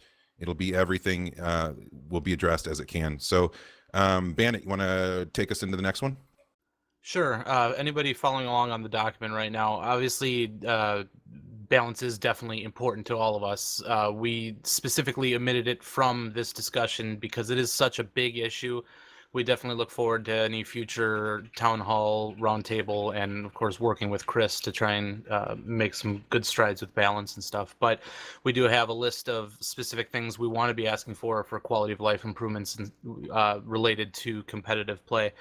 In the lobby improvement section, so we live in the lobby. Like, some teams barely even hit quick play anymore because they are constantly practicing and practicing and practicing. So a lot of their core gaming experience is done in the private lobby, and it's a great system, but we feel that like there can be a lot of improvements that are made, which will just make it overall a great system. First one I have on my list, and it is a big one: access to the mech lab from the lobby. We want to be able to edit builds, select different mechs and stuff from within the lobby system instead of having to leave the lobby and then get invited back in. Yeah, I think, just for the sake of time, maybe run down the whole bullet point list here, because I'm not sure if I can comment on each one individually, or maybe my answers will sound far too similar for each one. Like, okay, we'll talk about that. All right. It's but I think also, you run down the bullet point and then we'll talk about it. Okay, sounds good. This one you may want to comment on. Some teams, they spend their time in the lobby all the time. We've got players that spend millions of C-bills on consumables during practices, and of course you cannot earn any money while playing in private lobby, but you certainly can spend it. We would like to see consumable costs reduced to 0 while playing in private lobbies. I'd say just keep reading. He'll Okay. come back to him. the premium time requirement in order to unlock all of the functions and be able to play with less than full teams in private lobbies. Currently, it's set to needing at least 2 players anywhere inside of that lobby in order to unlock that. One of the situations that we've run into, and it's happened a few times, is with like 1v1 tournaments. Having that premium time requirement is making it very difficult to keep things moving smoothly because not everybody has premium time, but they still want to participate. And if you got like 1 shoutcaster and 2 pilots and neither pilot has premium time, then you run into a stopping point and people are having to buy 1 day of premium time just for that, and then they choose not to compete because of it. Silken, if you wanted to chime in on that at all, just real quick. At the end, okay? Okay, at the end, all right. We'll come back to each individual. I'll comment on each one. Just Okay. Team swap button. People are loaded up in Team 1, Team 2. Some leagues have a system where people play both sides of the map. Currently, everybody has to leave the lobby from one of the teams. Everybody slowly clicks and drags down, and then everybody gets re-invited back in to be able to switch teams. Some sort of toggler option that can be activated by the lobby leader to just instantly swap everybody from Team 1 to Team 2 without any of the mess. Mulligan system. Basically, we sometimes have issues with disconnects, and in MRBC, everybody calls a hold, and then if for some reason people cannot get back into the lobby and you have to basically restart the game, which does happen quite often, an ability to end the game without an end of round screen, because we don't want to give away what mechs have been used, get out quickly, get back to the lobby, everybody ready up, and immediately launch back in. I don't know if it needs to be done by like some menu option or some keyword in chat or anything, but it is a huge issue. In the World Championship, they were able to do mech unlocks and everybody disconnected, but it still takes so long, especially with shoutcasting, where if anybody's watching the stream, they get a hint at what the other team is bringing, and it's always been an issue. Any solution there would be fantastic. Added to that also, if there is any way to do a pause option to freeze the match while somebody's reconnecting, that would be sweet too. Just something to chew on in that regards. Fog of War. Basically, right now you can see what lances the other team is, and in the high competitive environments, there's frequently situations where you are reacting on the spawns that your opponent is choosing. Some leagues have rules in place saying, okay, well, this team has to lock first, and the other team can react to that. It is still a disadvantage for the first team. And even in the most recent tournament, we see a lot of people kind of complaining about that. If there's a checkbox or something in the lobby as one of the options to be able to have a fog of war, so all of your opponents on the other team are just listed alphabetically instead of being able to see what lance they're in, and also hide the tonnage as well, so you have no clue what order they're putting their stuff in on the other team. More spectator slots. This comes up a lot more than you think it would. Typically, shoutcasting has only 2 shoutcasters. Sometimes they want more, but also we have situations where we might also tie in a content creator, and it gets really messy when you have to put them on one of the teams and they have to suicide and things like that.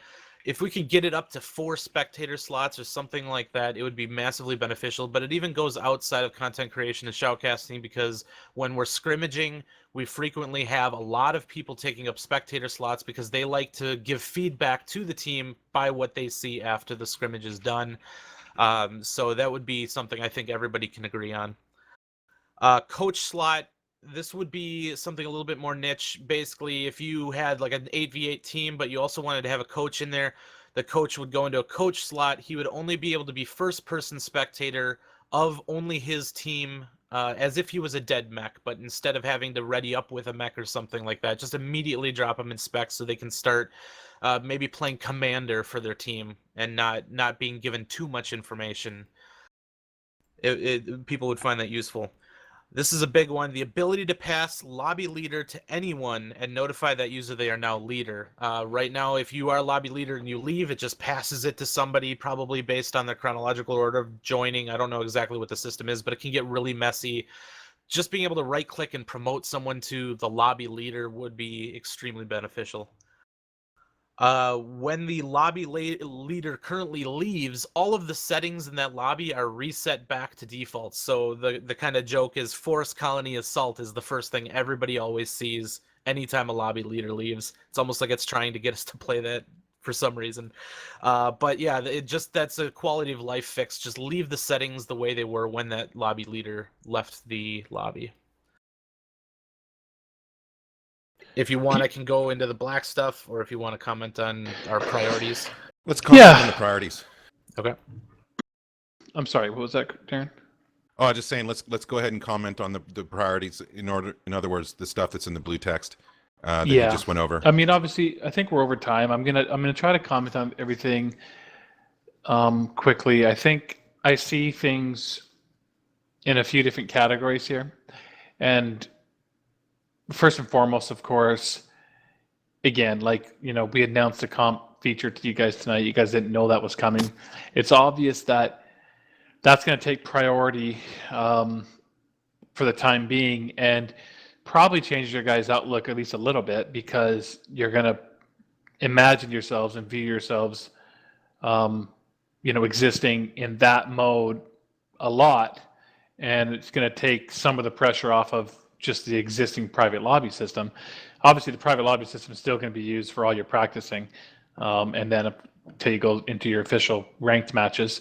So I understand it's still going to have its place very strongly, but from a priority standpoint, we have to work on the comp feature.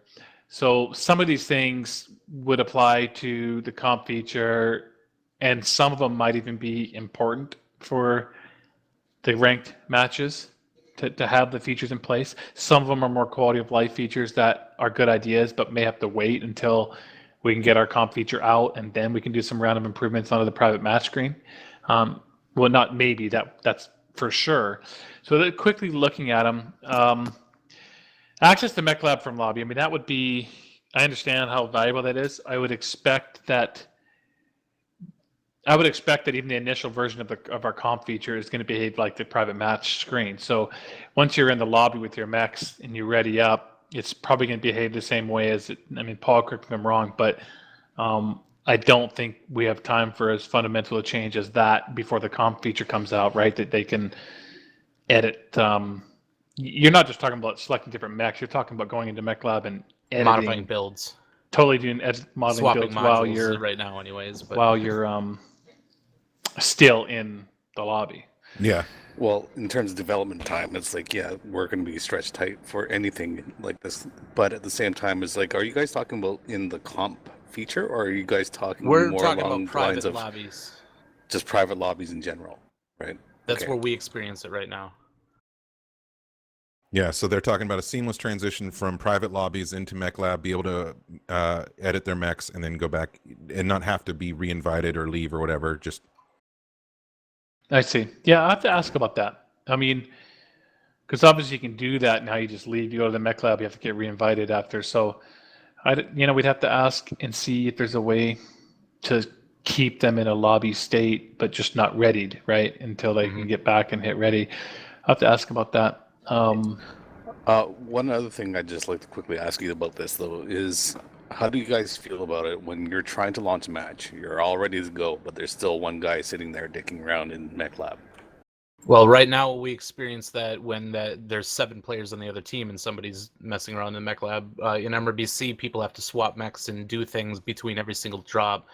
So this would definitely speed things up because they don't have to go through the invite process. But every single team experiences this in every single drop currently in third-party leagues. Yes. Does But it what I currently mean is, say like- if they're in the Mech Lab or just not ready?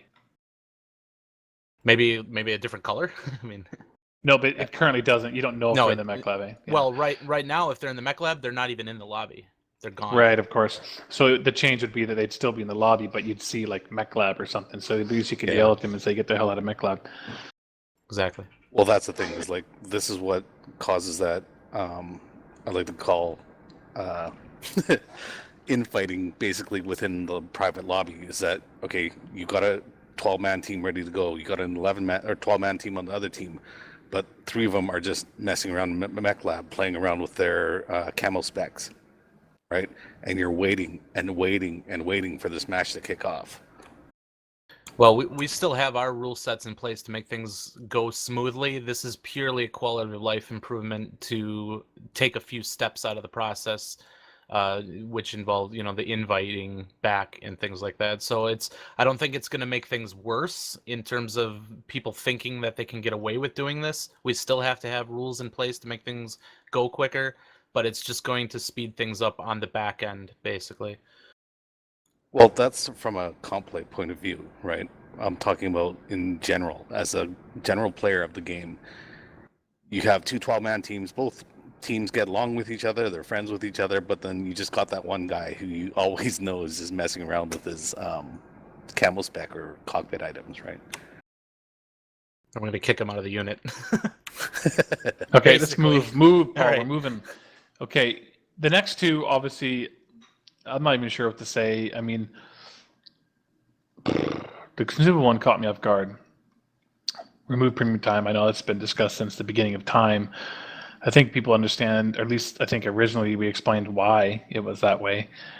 You kick off a 1v1 match, we still have to dedicate an entire server, on not an entire physical server. Like, it's one of our, every blade or piece of hardware can run a certain amount of game servers, and one of those game servers has to be dedicated to a 1v1 match, so it does take up a lot more resources, because it doesn't scale perfectly. Like, you can't get 8 1v1 matches in the same amount of CPU power as you can get one 12v12 match or whatever, or 24, or what would that be, 12 1v1 matches.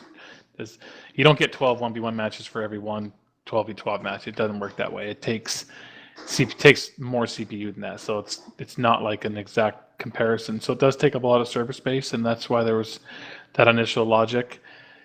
I've been debating this for a while. I could possibly see us removing that. It's something I'll strongly consider. Consumable costs in lobby. I guess the way I feel about this is, like you said, you guys spend a lot of time in there, maybe all your time in a private match screen. And if you're not spending C-bills there, there's no real drive to get you to go back into quick play or group queue and to be a part of the general population and to contribute to the matchmaker and contribute to that economy, essentially, of the game, or at least a lot less pressure to get over there and exist. And there was some notion even, that you have, the game really needs a lot of players playing in those general grinding modes. I'm gonna have to go back and think about this a little bit. It's not impossible. I'll consider it for sure. I probably need to do a little more research on what other games do in this environment, to see what the comparables are, just to make sure I'm making the right decisions. But both of those things I'll strongly consider. Team swap button. I'm going to skip over this for now because I think it's a neat idea, but that's a quality of life feature, and I just think for the time being we're too focused on. I want to focus more on what would be really valuable things from a smooth running competitive environment. And obviously in the comp mode, you're not going to be swapping teams. So I'm going to kind of brush over that one for now. It's a good idea, but I want to stay focused on the priorities. Mulligan system. This to me feels like an item for the private match screen, as you've correctly identified. I don't believe that we'd ever, I don't know, Paul, for the comp mode, for the ranked mode, I mean, this, you couldn't have this, right? I mean, once you get in there and you're locked into a match, it's not in the open mode, but this is something that you probably want in the tournament build when you do have to have teams specifically being on team one. Right, so this is team basically like a in-game. Well, I've watched my son play League, and I know they've got that like forfeit feature. This is similar to that in the sense that basically if you get the majority of players per team, or the two team captains, or basically if you get agreement somehow in game through hitting a button or something on the battle grid somewhere, or something, a button that says mulligan or whatever, if you get agreement from both sides, then you can bail from the match. So that this is something we'll have to think about, Paul and I, the design team here, because this is something that we may need in the comp feature. I think Magician has a comment on this, if you don't mind. Yeah, I mean, there's a few reasons for a feature. In League play, what sometimes happens is somebody gets disconnected, they can't rejoin the server. We don't know what causes that bug, but in that case, now you have a decision. Does everybody suicide? Do people just all disconnect, create a new lobby? You don't want your mechs to get locked in, because that does happen. And you don't want all your stuff to get revealed. So if you had a restart feature, then they wouldn't be able to see, oh, okay, they took these mechs, now we know what they're generally going to be doing as a strat. You know, if they take gargoyles, we know they're going to rush, you know, things like that. So having a feature that allows just a restart, maybe it's a voting feature in game, somebody clicks a button, says vote to restart, and then everybody, you know, it's got to be like the team captains or whatever have to both agree, something like that would help address it. Okay. We're definitely going to take that under advisement. And like I say, priority is going to go to the features that I think are going to be really useful and valuable to the competitive feature primarily. Fog of War, honestly, I've been wanting something like this for a long time. Now, is there not currently a difference between the quick play mode and or is it just faction play? Faction play is a little different, right? Like we hide the opposing mechs unless you Yes. have the stuff. Yeah, no, honestly, I've been wanting something like this for a long time, and I think I brought it up a whole bunch of times, and Paul told me I was dumb. No, I was kidding. I think way back, because I'd played a lot of World of Tanks, and I believe You're going to want this in the comp mode too, I guarantee. Yeah, it. essentially, you shouldn't see you know, the enemy mechs for certain. It's just a point of like, once they've been spotted on the battlefield by one of your players, then yeah, it could show up in the tab screen at that point. But prior to that, you know, it shouldn't be there. So I'm going to try to move quicker here. So Fog of War is I think there's definitely room for improvements in this area for competitive reasons. Yeah, this one specifically was in lobby, like when you're actually readying up. Because you can say, oh, well, they're Alpha Charlie. We know they're doing this strat. Let's compensate. Oh, of course, yeah. And I think in the comp feature, well, I guess that's something to make sure that we have buttoned down, Paul, because I'm not sure what we'd had planned there. But certainly I think it could be, again, just from a priority standpoint for the comp feature, we'd be able to gray those out, I'm sure. Yep. But the lance positions, is that also in the lobby you're talking about? Yeah, So it's just total show them mech alphabetical tonnage. would be great. Yeah, and the mech tonnage. Mech tonnage is also we don't want to visible, see yeah. like if they're under-tonned or whatever. Basically, like yeah. You're just basically going to be cutting down a list of player names in one giant panel instead of having 3 separate panels for the lances. Basically, just hiding information other than pilot name. and ready status. But what about in-game? Like, even once you get it in-game and you press the tab button. That is currently in alphabetical order. You cannot see their lance positions in-game hitting tab. Right. So, Okay. All right, let's move along. That's good. Spectator slots. Yeah, I mean, it's right now, I think we have around 4 already. It's just that there's a couple of them dedicated to customer support, so we can spy. And there's 2. So I guess it really just comes. I can't answer this until I go talk to, Neiman, Brian, and the Windover and the engineers and say, can we forward one more? Can we give them one more without without impacting the performance of the match? That's always the concern. Just like, can the server handle the extra load? And do they make sure need to spy on private lobbies? I'm sorry. Do they need to spy on private lobbies? Yeah, sure. I mean, Catch absolutely. those hackers. Everyone says, yeah, these guys are cheating, whatever. We can go in there and do our thing. So, yeah. I mean, I understand why you asked it. If we could just sacrifice those for these, but no, we'd have to add to it. So, if there was even one added for a content creator, would that make all the difference in the world for you? That would make a big difference. Yes. Okay, definitely. so we'll ask. The coach slot, I'm gonna, from a priority standpoint, I'm probably gonna have to scoot over this one. I don't know what that would entail technically, because essentially it's gonna take a spectator slot, but it's just that they're spectating as a player spectates once they're dead. But it would be a spectator slot, essentially. So can you have like a 13th mech, but then just kill it right away? Yeah, which is going to have performance repercussions almost certainly. So,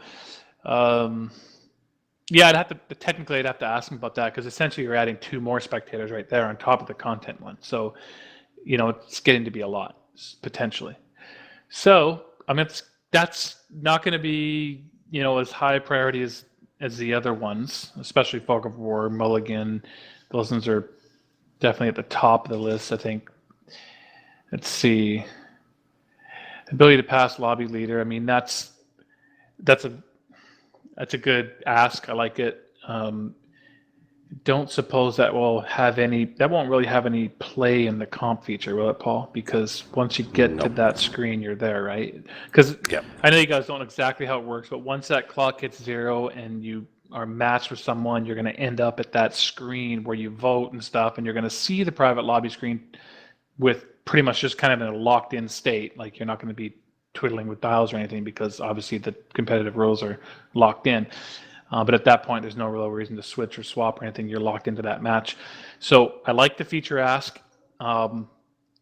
Priority-wise, we'll try to find time to look into that, but it won't be needed for the comp feature, so it might be just a little bit further down the priority list. Same with that next one. I mean, that's quality of life feature that is valuable. Would definitely look at that, but it won't be needed for the comp feature. So it's pretty late. Let's keep moving if we can. I don't know if those ones in the black text are as important, or if you want to move on to the next. No, we can move on, but they are important. They just don't necessarily need to be said or gone over right now. But we do want to make you guys aware that it's something that we'd like to see. I want to reiterate that this is going to be an ongoing discussion. PGI now has this document, and there'll be, like I said, ongoing discussions on Reddit and the forum. So this isn't, make it or break it tonight. Yeah, so honestly, I can, this last section, I don't even really need to get you go through. I mean, we have, I definitely think we're going to have to find time for a whole round of spectator tool improvements.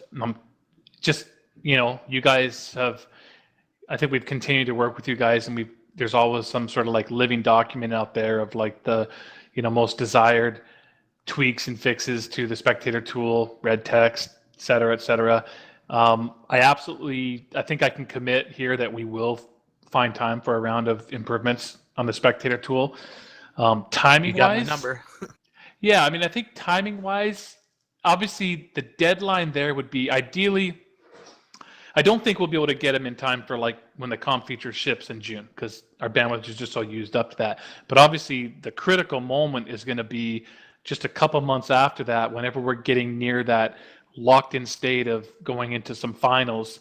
We're gonna want to have a list of improvements done for that moment. So that kind of gives you a rough idea of, in that early fall, September 1 time frame. To me, that's just spitballing here, but that's sort of a deadline that we have to get a round of improvements in so that we're ready for this year's finals and stuff. That's probably the best I can do as far as a commitment is on timing for something like that. But all this stuff will be considered. I'm sure I'm skimming the list, and I think what we'll do there is we'll get that kind of living document or start a new one, and we'll create the top 10, 20 desired things, and try to get in as many of them as we can. And the tool will be better this year than it was last year. Absolutely. I did want to touch on one other thing for the lobby improvements. I think it should have probably been a blue one, but this would matter to some of the leagues, and maybe even start new leagues. Faction play mode in private lobby. I think a lot of people would be really interested in seeing that. Not just the invasion maps, but the faction play mode on all of the available maps. Yeah, I'm gonna have to remind myself after this call as to why they're not there. Like, I know it's been discussed and we came up with reasons, and I don't remember what those are anymore. So I have to remind myself and reconsider that. I can't think at the moment why they're not there.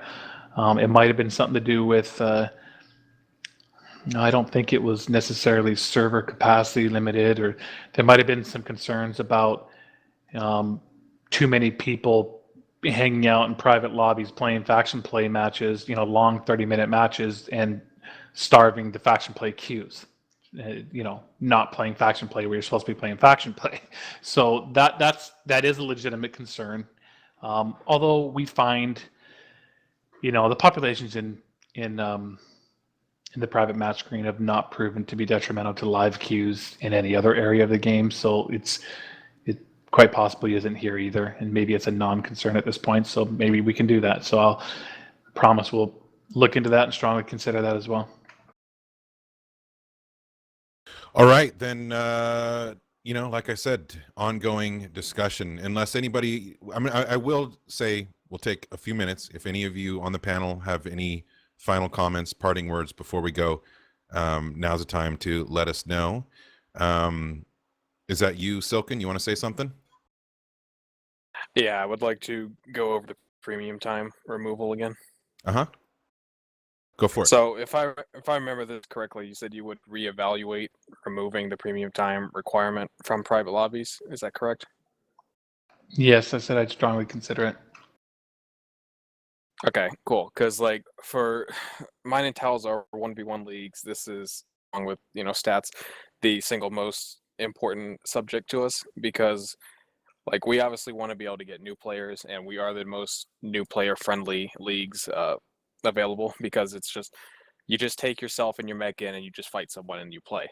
And the fact that they have to come in with premium time or be given a code is very limiting for who is able to come and what they're able to do. And then say they do get premium time for that one day, they come in, they're able to play. Well, they're going to get crushed by people who go and they practice for that week or that month, leading into it. So being able to remove premium time so that new players are able to not only participate in tournaments and leagues like this, but be able to practice, continuously for them would be, a significant improvement.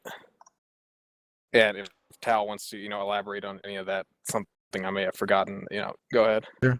No, I agree. I mean, what you said is accurate. I think that as a feeder, if you will, to the rest of the competitive community, all the community-run leagues and like that, I think the 1v1s aren't definitely the biggest. They don't involve the most people, but I can say that overwhelmingly we encounter a lot of very new to the community kind of players, even people who've been playing for a very long time that just recently discovered that there are people that get together and talk about and play and discuss and get involved in MechWarrior outside of the actual game, that where the in-game LFG has fallen short. They find communities outside in TeamSpeak, Discord, or wherever. And those are the kinds of people that find themselves in the 1v1 league because it requires the least logistical overhead. And I think that acts as a very good launching platform for the larger leagues, and the premium time necessary to practice in those lobbies is definitely a barrier for entry for what I would consider one of the largest sources for it's a huge hurdle. It's for one of the largest sources of new people that would be committed and would be excited about committing to more intensive and exciting, engaging community-run events. It requires a lot to get a whole team together, dedicated scheduling-wise and roles and all that stuff dialed in for larger leagues like Star League and MRB. You're cutting out there, Doused. But I do agree. And what have you. Nope, there you are. You're back. You cut out there for a while. Feeders, like I said, launching points for people in the community and reducing those barriers for entry. All right. Yeah, I agree. 1v1s are a gateway drug to the rest of the comp scene. Any other final statements, arguments, anything before we head out here, guys? All right. I think we're going to call it. That is the first official comp competitive play roundtable. Appreciate all of you for being here. That includes Russ, Bullock, and Paul Inouye, and all the guys on the panel that represented the community from their perspective tonight, as well as the people that helped out in chat. Phil, of course, Wingbreaker, Zoof, and Deadfire. Everybody else that was here tonight, and all of you out there, we appreciate you being here, and have an awesome weekend. Russ or Paul, do you have anything to say in closing? Yeah, just let me say thanks to all the panel that came. I mean, you guys do an amazing job with the community and managing it and running these tournaments. Your passion is awesome. Appreciate all you guys' support, and thanks for showing up. Thanks for doing that. Thanks for having us. Thanks for having us. Only thanks thing for I'd taking like the to time. add to that is it'd be nice to see a lot more of you guys in particular, plus some of the members of your drop teams to be showing up for the Masters challenges. Right now. Yes, we need more masters. Well, Absolutely. I mean, I try, but You gotta get asked or selected on the rigged system. Message me on the forums. Thanks, Paul. All right, guys, everybody out there, have a great weekend, and we'll see you next time, Mech Warriors.